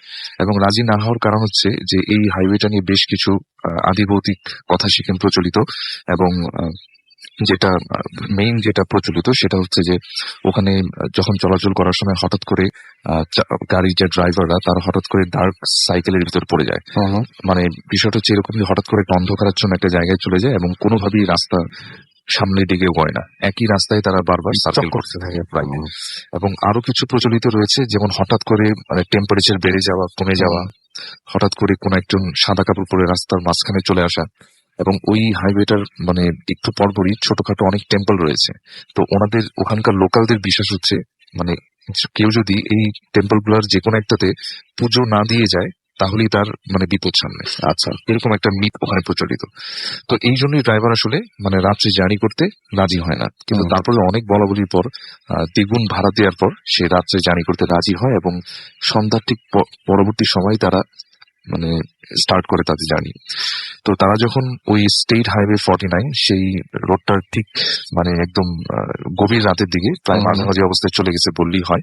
এক পাশে হচ্ছে অনেক বড় ভারত মহাসাগর মানে খুব সুন্দর রাস্তাটা, হাইওয়েটা খুব সুন্দর। আর এক পাশে হচ্ছে পাহাড়, এক পাশে বন জঙ্গল, আবার কিছু কিছু জায়গা লোকবসতি।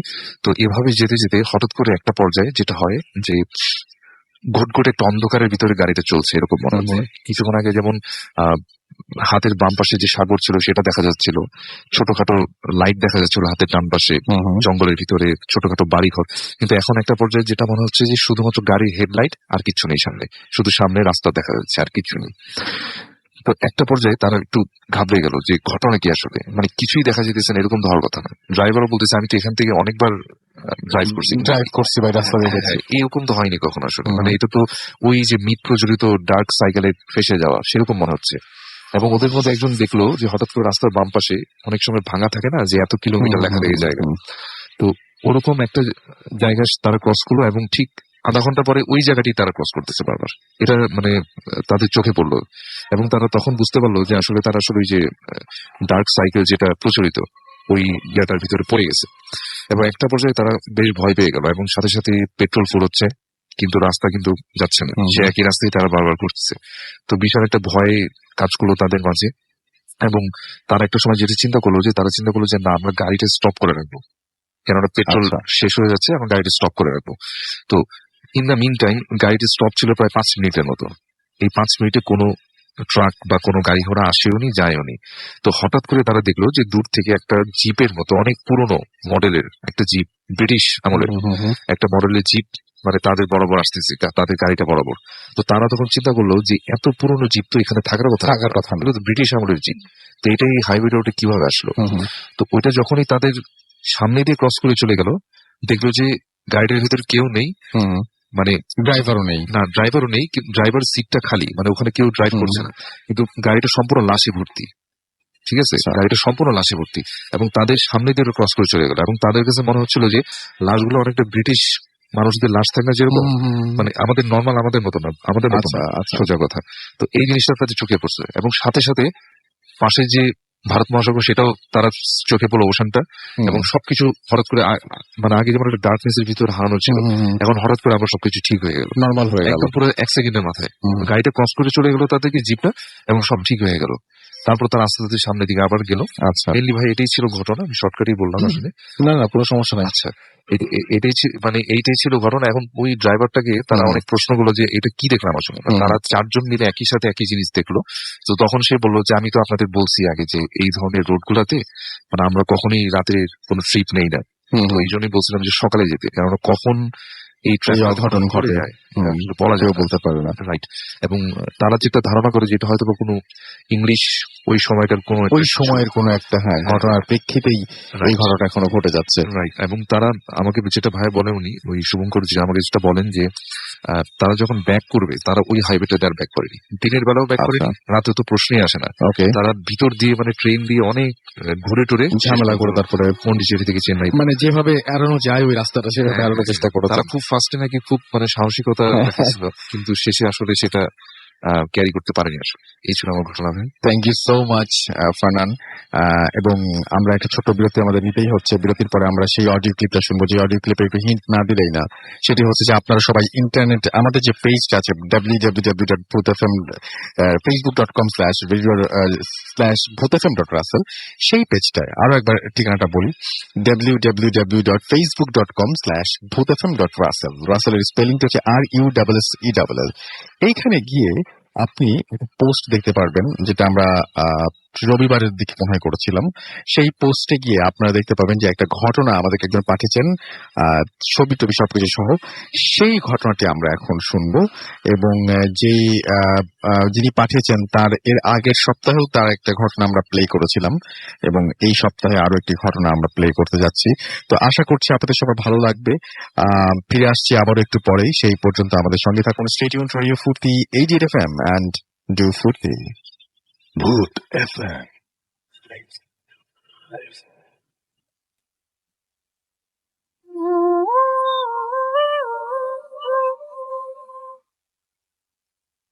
হ্যালো, আসসালামু আলাইকুম রাসেল ভাই, এবং হ্যালো টু অল দ্য ভূত এফএম লিসেনার্স।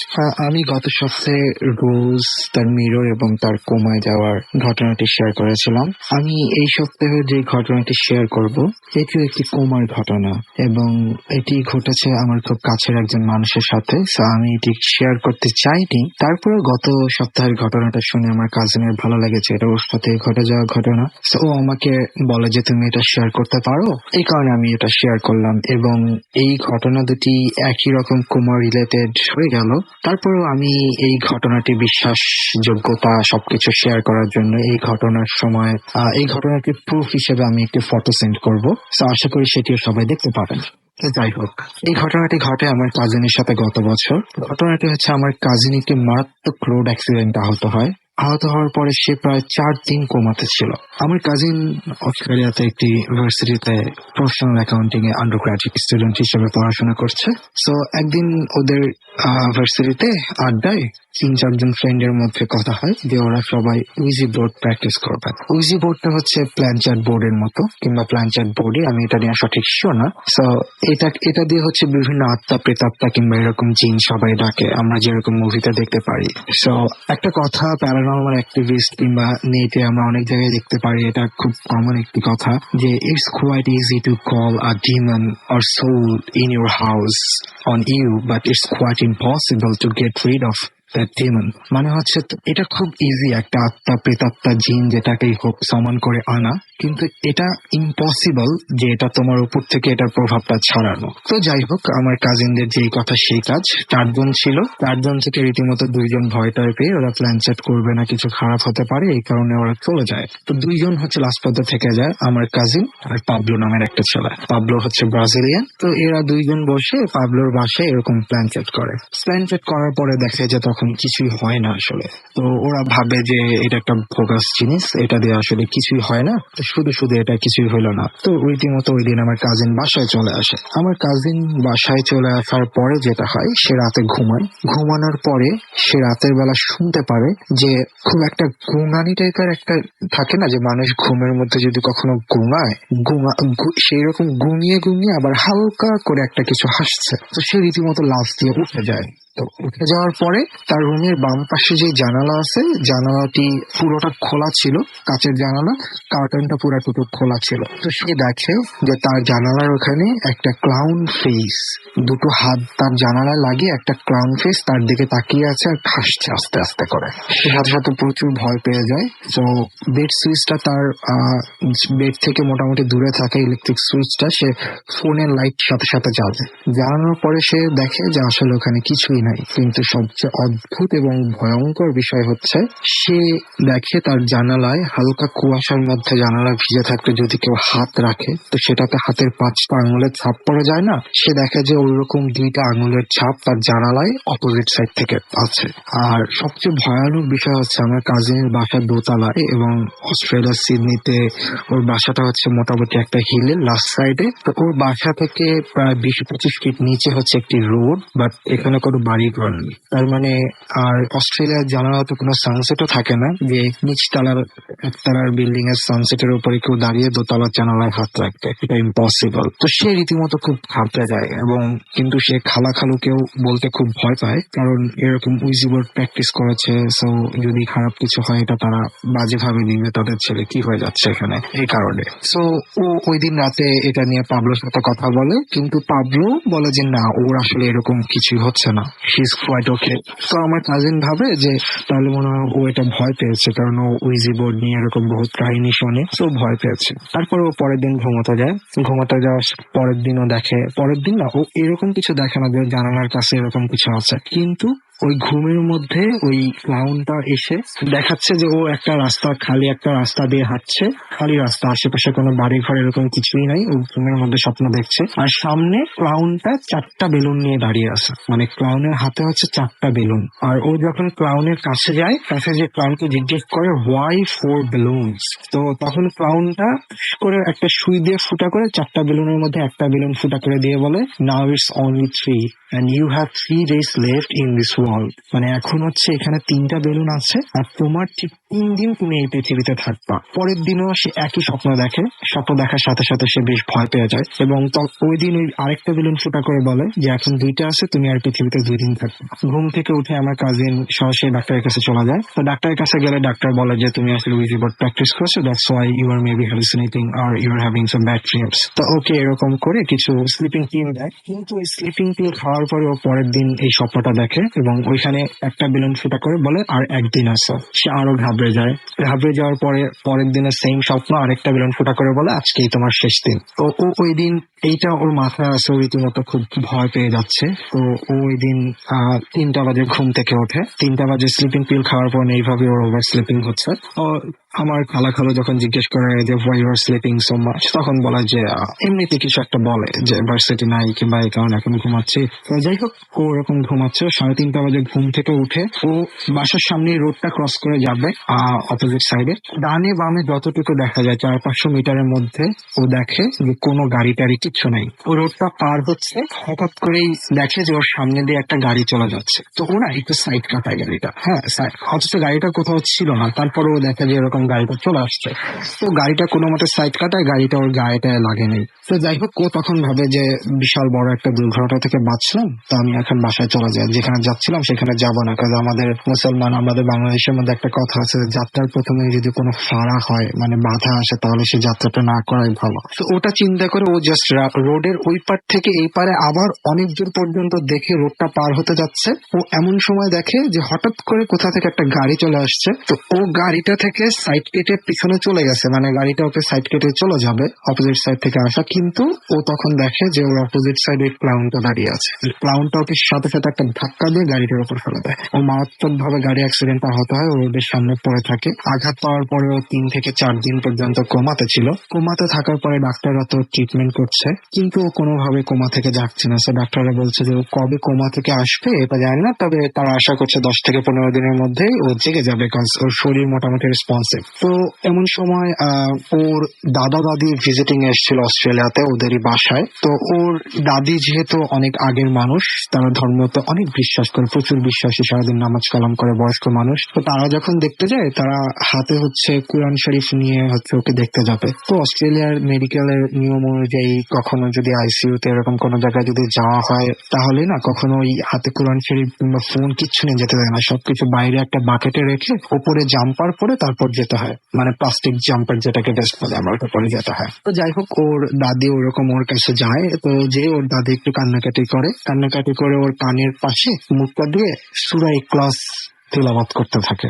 এটা তার বিশ্বাসের উপর থেকে সে সূরা ইখলাসটা তিলাওয়াত করতে থাকে। তো সূরা ইখলাসে যেটা আমরা জানি কুল হুয়াল্লাহু আহাদ আল্লাহুস সামাদ, এটা। সো ও যখন এরপরেই না সূরাটা যখন তেলাওয়াত করা শেষ হয়, তখন দেখে যে আমার কাজিনের হাত পা নাড়ছে এবং সে পুরোপুরি রেসপন্সিভ হয়ে গেছে। সে চোখ মেরে তাকাইছে। 10-15 সেকেন্ডের মধ্যে নার্সরা চলে আসে ওকে স্ট্যাবল করার জন্য কয়েকটা ইনজেকশন দেয় এবং কিছুক্ষণের মধ্যে পুরোপুরি লাইফে ফিরে আসা। তো যাই হোক, আমার কাজিন পরবর্তীতে ওর দুর্ঘটনা থেকে ওর কোমা থেকে ওঠা পর্যন্ত যেই ঘটনাটুকু আমার কাছে বলেছে কি হচ্ছিল, সেটা আমি আপনাদেরকে এখন বলছি। ও দুর্ঘটনার পরে ও দেখে যে সবকিছু ব্ল্যাক। ও সেই খালি রাস্তায় চলে গেছে, রাস্তা দিয়ে ক্লাউনটাও হাঁটছে, ও ক্লাউনের পিছে পিছে হাঁটছে।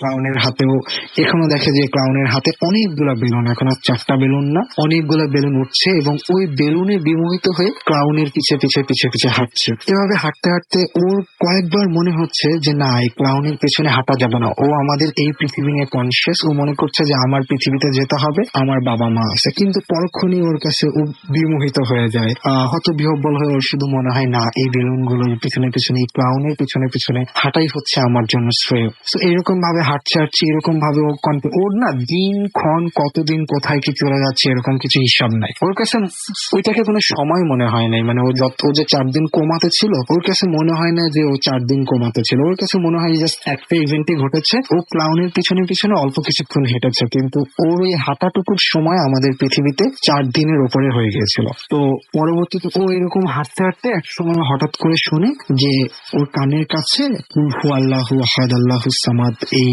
সূরা ইখলাসটা তেলাওয়াত করা হচ্ছে। এই সূরা ইখলাসটা তেলাওয়াত করার সাথে সাথে ওর মনে পড়ে যায় যে ও ওর দাদা ভাইয়ের কাছে সকালবেলা বসে কোরআন শরীফ পড়া শিখতো, সিপারা পড়তো। তো তখন একদিন ওর দাদা ভাই, ও খুব দুষ্ট ছিল, ও কোরআন পড়তে চাইতো না, সূরাটা মুখস্থ করতে চাইতো না। তো একদিন ওর লাইফের প্রথম শেখা সূরা হচ্ছে সূরা ইখলাস। এটা আমরা সকলে অনেক প্রথমবার শিখেছি, কারণ এটা বেশ ছোট সূরা।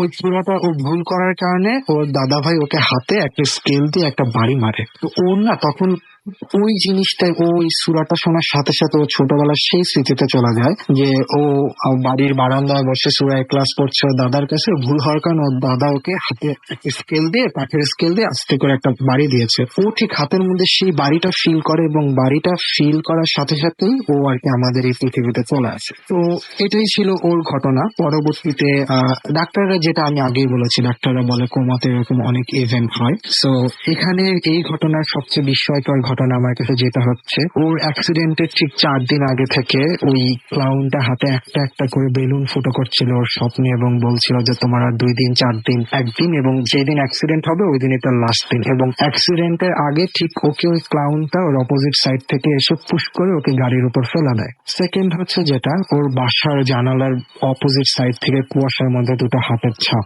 আর কোমা থেকে রেসপন্সের কারণ যেটা, সেটা তো আমি বললাম একটি সূরা এবং তার ছোটবেলার কাহিনী। তারপরে যেটা হয়, ওর দাদির কাছে ও সবকিছু শেয়ার করে যে ও এরকম করেছিল। তো ওর দাদি এটা নিয়ে খুব কনসার্ন হয়ে ওদেরকে সবাইকে নিয়ে ওরা উমরা হজে চলে যায়। তো উমরা হজে যাওয়ার পরে ওখানে একজন হুজুরের সাথে কথাবার্তা বলে। কথা বলার পরে হুজুর যেটা করে, ওকে কোনো তাবিজ পানি পরে এগুলো দিতে টোটালি অস্বীকৃতি জানায়। কারণ হুজুর বলে যে এটা ইসলাম শরিয়াত সম্মত নয়, তাবিজ করা এগুলো শিরকের সমান। তো ওকে কোনো তাবিজ এরকম কিছুই তারা দেয় নাই, বরঞ্চ ওরা ওকে আমল দিয়েছে যে তুমি এই সূরা পড়বা, ধীরে ধীরে কোরআন শরীফ পড়া শুরু করো, নামাজ কালাম করা শুরু করো, আল্লাহর রহমতে তোমার এগুলো আর কিছুই হবে না। তো এটা জিন ছিল না প্রেতাত্মা ছিল, এটা ওই হুজুর যার সাথে কথা বলেছিল আলেন, তিনি এইসব নিয়ে কিছুই বলেন নাই। জাস্ট ওকে আলেন এই নামাজ পড়া এগুলো বলে দিয়েছে এবং এরপর থেকে ও নামাজি হয়ে গেছে, ও এখন দাঁড়িয়ে রেখেছে। তো আল্লাহর রহমতে ও এখন ভালো আছে।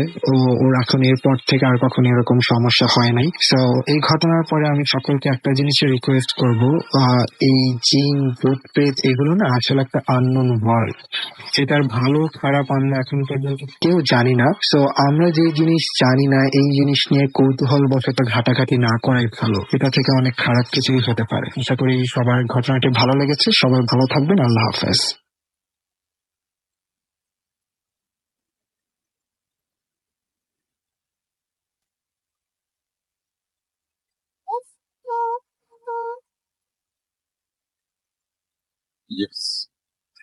লাইভ শুনছেন সবসময় রেডিও 88 FM।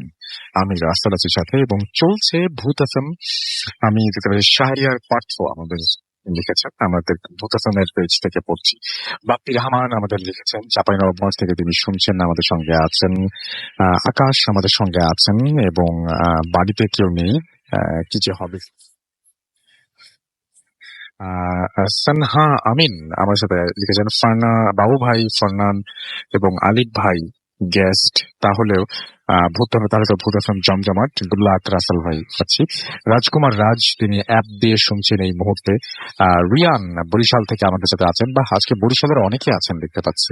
এছাড়া আমাদের সঙ্গে আছেন আব্দুল আহাদ হৃদয়, এছাড়া আমাদের সঙ্গে আছেন মোহাম্মদ জাহাঙ্গীর আলম তালুকদার, আমাদের সঙ্গে আছেন গৌতম GS নিপু, এছাড়াও রিদওয়ান হোসেনকে শুনছেন।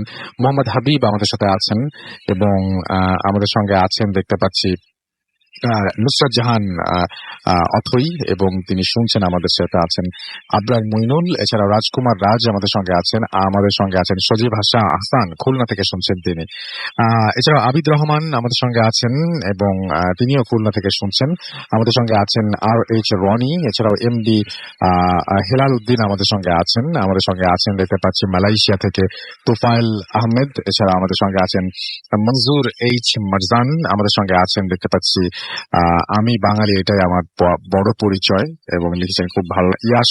এছাড়াও আমাদের সঙ্গে আছেন সুদীপ চন্দ্র মধুসূদন, আমাদের সঙ্গে আছেন আরাফাত ইসলাম আবির, ফারজানা রহমান তুলি, এছাড়াও শাকিউল কবির আমাদের সঙ্গে আছেন, আরো অনেকে, শামসুদ্দোহা আমাদের সঙ্গে আছেন, অর্ণব হাসান সবুজ আছেন, সাইফুল ইসলাম জয় আছেন, ফখরুল ইসলাম আছেন, IK শাকিব আছেন আমাদের সঙ্গে, আফসা সচরাচর অনেকে থাকেন না, অনেকে ঘটনা পাঠান না, আমি জানি এরকম অনেকে আছেন। আমি রিকোয়েস্ট করবো ভূত FM @radio50.fm, এখানে আপনার ঘটনা পাঠাবেন HWTFM @RADIOFORT.FM।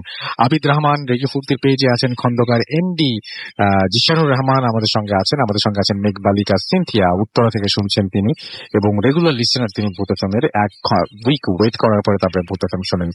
রবিন রানা আমাদের সঙ্গে আছেন, শাকির আহমেদ তাইফ আমাদের সঙ্গে আছেন, আমাদের সঙ্গে আছেন সুদীপ বিশ্বাস, মিরাজ খান, আবিদ রহমান রূপ গৌতম, পান্থ অলি, রিজওয়ান কবির ল্যাম, আয়ান আহমেদ জাহিদ, আমাদের সঙ্গে আছেন এমডি জনি, আহসান আল রাফি সৌম্য, এছাড়াও আছেন দেখতে পাচ্ছি হৃদয়, দুরন্ত আরাফাত, আবু মুসা মামুন, আমাদের সঙ্গে আছেন দেখতে পাচ্ছি পাবেল, এমডি নিনাদ মন্ডল, মিরাজ খান, দুরন্ত আরাফাত, সোহানুর রহমান শুভ, ইমন খান, আমাদের সঙ্গে আছেন এস এ শান্ত, সাইফুল ইসলাম আছেন আমাদের সঙ্গে, আমজাদ সৌদি আরব থেকে শুনছেন, আইয়ান আমাদের সঙ্গে আছেন দেখতে পাচ্ছি তরিম ইসলাম, এছাড়াও আমাদের সঙ্গে আছেন কাল্পনিক নির্জন, আমাদের সঙ্গে আছেন engineer M A Mahmud, Rangpur থেকে তিনি শুনছেন, আমাদের সঙ্গে আছেন দেখতে পাচ্ছি, এছাড়াও সজীব সিলেট থেকে আছেন, আমাদের সঙ্গে আছেন মোহাম্মদ নাইমুল ইসলাম, মারিয়া সি, অর্ণব সহ আরো অনেকে। আমরা চলে যাবো একটা ছোট্ট বিজ্ঞাপন বিরতিতে এবং তারপরে আমরা চলে যাব একটি অডিও ক্লিপে এবং তারপরে আবারও ফিরে আসছি। সেই পর্যন্ত আশা করবো আমাদের সঙ্গে থাকবেন। এবং বিজ্ঞাপন বিরতির পরে কি একবার আমরা কথা বলে তারপরে অডিও ক্লিপটা প্লে করি, রাইট? আচ্ছা, আমরা অডিও ক্লিপটা প্লে করি, তারপরে আবারও ফিরে আসি। সেই পর্যন্ত আমাদের সঙ্গে থাকুন। স্টে টিউনড রেডিও ফুর্তি 88 FM and do ফুর্তি FM. The night comes.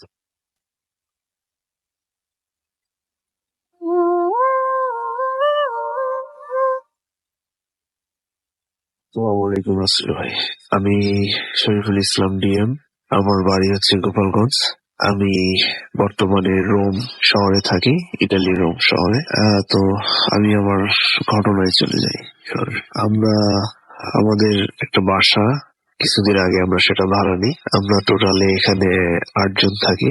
তো আমরা বাসাটা যখন ভাড়া নিই তখন একটা এজেন্সির মাধ্যমে বাসাটা ভাড়া নিই। তো এজেন্সি যখন আমাদের প্রথম বাসাটা দেখায়, তো আমি এবং নাজিম ভাই এবং মামুন, আমরা 3 জন বাসাটা দেখার জন্য আসি। তো যখন আমরা বাসাটা দেখার জন্য আসি এবং এজেন্সির যে লোক বাসাটা খুলে দেয় দরজাটা, তো তখন আমি প্রথম বাসাটার ভিতরে ঢোকার পরে আমার কাছে একটু অন্যরকম লাগে। একটা গরম গরম ভাব, কেমন যেন একটা একটা মানে অস্বস্তিকর মতো পরিবেশ আর কি। তো বাসাটা 3টা রুম, একটা ব্যালকনি আর একটা বাথরুম।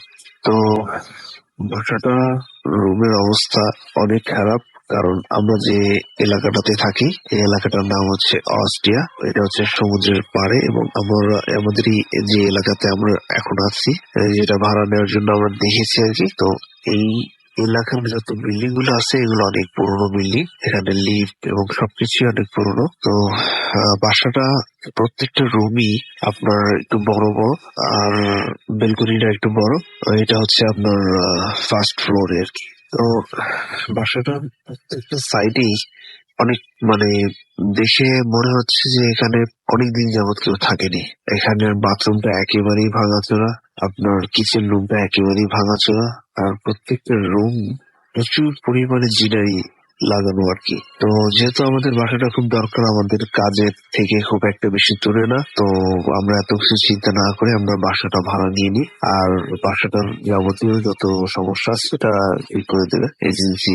তো এই চুক্তির মধ্যে আমরা বাসাটা নিয়ে নিই। যাই হোক, তো আমরা বাসাটা ঠিকঠাক হওয়ার 2 মাস পরে আমরা বাসায় উঠে যাই। আমরা প্রথমে 5 জন উঠি এবং পরে আমাদের আরো 3 জন বন্ধুকে আমরা আনি। তো আমরা টোটালি 8 জন আমরা বাসাটায় থাকি। প্রথম যে সমস্যাটা আমি ফিল করি, অর্থাৎ আমি আমার কাজের সপ্তাহে যে ছুটিটা আমি পাই সেটা হচ্ছে সোমবার। তো সোমবার একবার আমি বাইরে থেকে ঘুরে সকালে একটু হালকা পাতলা নাস্তা করে আমি চলে যাই একেবারে রোম সিটিতে। তো রোম সিটির ওখানে আশপাশ দিয়ে ঘুরে টুরে আমি যখন সন্ধ্যার দিকে বাসায় ফিরি, তো বাসা তখন কেউ ছিল না। বাসাটায় যখন আমি ঢুকি, দরজাটা খুলে আমাদের দরজাটা একটু পাশেই হচ্ছে রাসেল ভাই বাথরুমটা। তো বাথরুমটার সাইড দিয়েই আমার সেকেন্ড রুমটাই হচ্ছে আমার। তো আমরা যখন যাই তখন হঠাৎ ভিতরে একটা বাচ্চার কান্নার আওয়াজ পাই আমি। তো বাচ্চার সে কান্নার আওয়াজটা পাই, সেটা অনেক করুণ আওয়াজ রাসেল ভাই। আমি তখন একটু কেমন যেন একটু মানে খুব স্ট্যাচুর মতো হয়ে যায়, যে কেমন যেন আমার শরীর কেমন যেন একটা দম খেয়ে যায় আর কি। তো আমি কান্নার আওয়াজটা খুব স্পষ্ট শুনতে পাচ্ছি, বাচ্চাটা কেমন যেন খুব গঙ্গে গঙ্গে মানে মানে খুব ক্রোশ হয়ে কাঁদতেছে। যাই হোক, আমি তখন একটু মনে সাহস নিয়ে আমি লাইট মানে আমাদের যে ড্রয়িং রুম যেখান দিয়ে আমরা দরজা দিয়ে ঢুকি ওখানে লাইটটা আমি জ্বালিয়ে দিলাম, এবং জ্বালিয়ে দেওয়ার সাথে সাথে আমি আপনার বাথরুমের লাইটটা জ্বালায় আমি দরজাটা খুলে দেখলাম ভিতরে কেউ নেই বা কোনো ধরনের কোনো সমস্যা নাই, কান্নাটা থেমে গেল। যাই হোক, জিনিসটা আমি তেমন একটা কানে নিলাম না। যাই হোক, হয়তো বা কোনো একটা সাইডের আশেপাশে রুমের বাচ্চা টাচ্চা কাঁদছে এরকম একটা মনে ধারণা নিয়ে আমি আবার বেরিয়ে চলে আসি। তো আমি আবার রুমে এসে জামা কাপড় চেঞ্জ করে বাথরুমে ফ্রেশ হই। ফ্রেশ হওয়ার পরে মোটামুটি খাওয়া দাওয়া শেষ করে আমি আমার রুমে চলে আসি। তো হঠাৎ আরেকটা দিন আমার যে বন্ধু নাজিম, তিনি রাত প্রায় 11টার দিকে উনি বারান্দায় যায়। তো বারান্দায় যখন যায় রাসেল ভাই, উনি বারান্দার দরজাটা খুলে যখনই বারান্দায় যাবে ঠিক তখনই উনি থাপ করে দাঁড়িয়ে যায় দরজার সামনে। হঠাৎ দেখে যে একটা একেবারে কর্নারে একটা কালো বিড়াল ওনার দিকে তাকিয়ে আছে। তো কালো বিড়াল তাকিয়ে থাকাটার মানে যেভাবে তাকিয়ে আছে এটা দেখে নাজিম ভাই একটু ঘাবড়ে যায় আর কি। তো ঘাবড়ে গেলে নাজিম ভাই আর বেলকনিতে যায় না। বেলকনিতে না যাওয়ার কারণে যখন আমি কাজ শেষ করে বাসায় আসি তখন নাজিম ভাই আমার ঘটনাটা খুলে বলে। তো ঘটনাটা খুলে বলার পরে আমি নাজিম ভাইকে আমি সেই কান্নার আওয়াজের কথাটা বললাম। তখন আমি নাজিম ভাইকে বললাম যে নাজিম ভাই, আমার মনে হয় বাসায় কোনো সমস্যা আছে। তো যাই হোক, তারপরে আমাদের এই জিনিসটা একটু ক্লিয়ার হওয়ার জন্য ওই পাশের ফ্ল্যাটে মহিলা থাকে। সেই মহিলাটা হচ্ছে আপনার লাতিন আমেরিকার। তো সে অনেকদিন যাবত এখানে থাকে, বহুদিন যাবত। তো ওনার কাছে আমি এবং নাজিম ভাই গেলাম এই ইনফরমেশনের জন্য যে বাসাটায় কোনো সমস্যা বা কোনো প্রবলেম আছে কিনা। তো তিনি আমাদের যেটা বললেন রাসেল ভাই, যে এই বাসাটায় আমরা ওঠার প্রায় 4 থেকে 5 মাস আগে একটা ফ্যামিলি উঠছিল এবং তারা মাত্র 3 মাস স্টে করে এই বাসা ছেড়ে চলে গেছে। কি জন্য গেছে, কি কারণে গেছে এটা জানেন না, তবে মাত্র 3 মাস থেকেই চলে গেছে। যদি এখানে একটা বাসা আপনি যদি ভাড়া নেন, ন্যূনতম 2 বছরের কন্ট্রাক্ট করে আপনাকে বাসার ভাড়া নিতে হবে আর কি। সর্বনিম্ন 1 বছর আপনি করতে পারেন, তবে সবাই 2 বছরই করে। তো ব্যাপারটা হচ্ছে এরকম। যাই হোক, আমরা শুনে নাজিম ভাইকে বললাম যে এরকম তাহলে তো একটু সমস্যা আছেই হয়তো, তা নাহলে এত তাড়াতাড়ি কেন চলে যাবে। যাই হোক রাসেল ভাই, এটা নিয়ে আমরা আর কাউকে কিছু বললাম না, আমরা আমাদের মতো করেই থাকতে শুরু করলাম। তো হঠাৎ একদিন আরেক বন্ধু, তার নাম হচ্ছে জিয়া, তারপরে নরাইল, সে বেলকনিতে হঠাৎ দেখে কালো একটা ছায়া দাঁড়িয়ে আছে, মানে একটা অবয়ব, একটা মানুষের মতো একটা অবয়ব বেলকনিতে দাঁড়িয়ে আছে। তো এটা দেখে তা মানে দ্রুত দরজা আটকে উনি আমাদের রুমে এসে হাঁপাতে থাকে। সব ঘটনা যখন আমাদের খুলে বলে তখন আমরা সবাই একখানে হইলাম যে না, সমস্যা আছে। তো আমাদের বাসাটা চাইতে দ্রুত চেঞ্জ করাটাই সবচেয়ে ভালো। তো এখন আমরা সে বাসাটাই আছি রাসেল ভাই আপাতত, এবং আমরা অন্য একটা বাসা খুঁজতেছি, এবং আমরা পেয়ে গেলেই আমরা বাসাটা চেঞ্জ করে ফেলবো। তো যেহেতু আমরা লোকজন অনেক বেশি থাকি এবং কারো কোনো সমস্যা হলে আমরা দ্রুত এক জায়গায় চলে আসি, বা প্রত্যেকটা রুমে আমরা তিনজন এবং 2জন করে থাকি। তো আমাদের কারো কোনো সমস্যা হলেই আমরা মোটামুটি সেই সবাই একখানে হয়ে যাই, এবং তারপরে সবার মনে একটা সাহস সঞ্চারিত হয় আর কি। যাই হোক, তো এরপরেই মোটামুটি রাসেল ভাই এভাবেই চলছে। ওই ঘটনার পরে এখন পর্যন্ত আর কোনো বন্ধু আমরা কোনো সমস্যা এখনো মানে ফিল করতেছি না, তবে আমরা চেষ্টা করছি যতদূর সম্ভব আমরা অন্য একটা বাসায় চলে যাওয়ার জন্য আর কি। তো এই ছিল আমার ঘটনা রাসেল ভাই। আর আমার কাছে আরো 2টা ঘটনা আছে, সময় হলে ঘটনাটাও পাঠিয়ে দেবো, যদি ভালো লাগে শেয়ার করবো। ভালো থাকবেন। Boot FM. The night comes alive with Ramin Phone.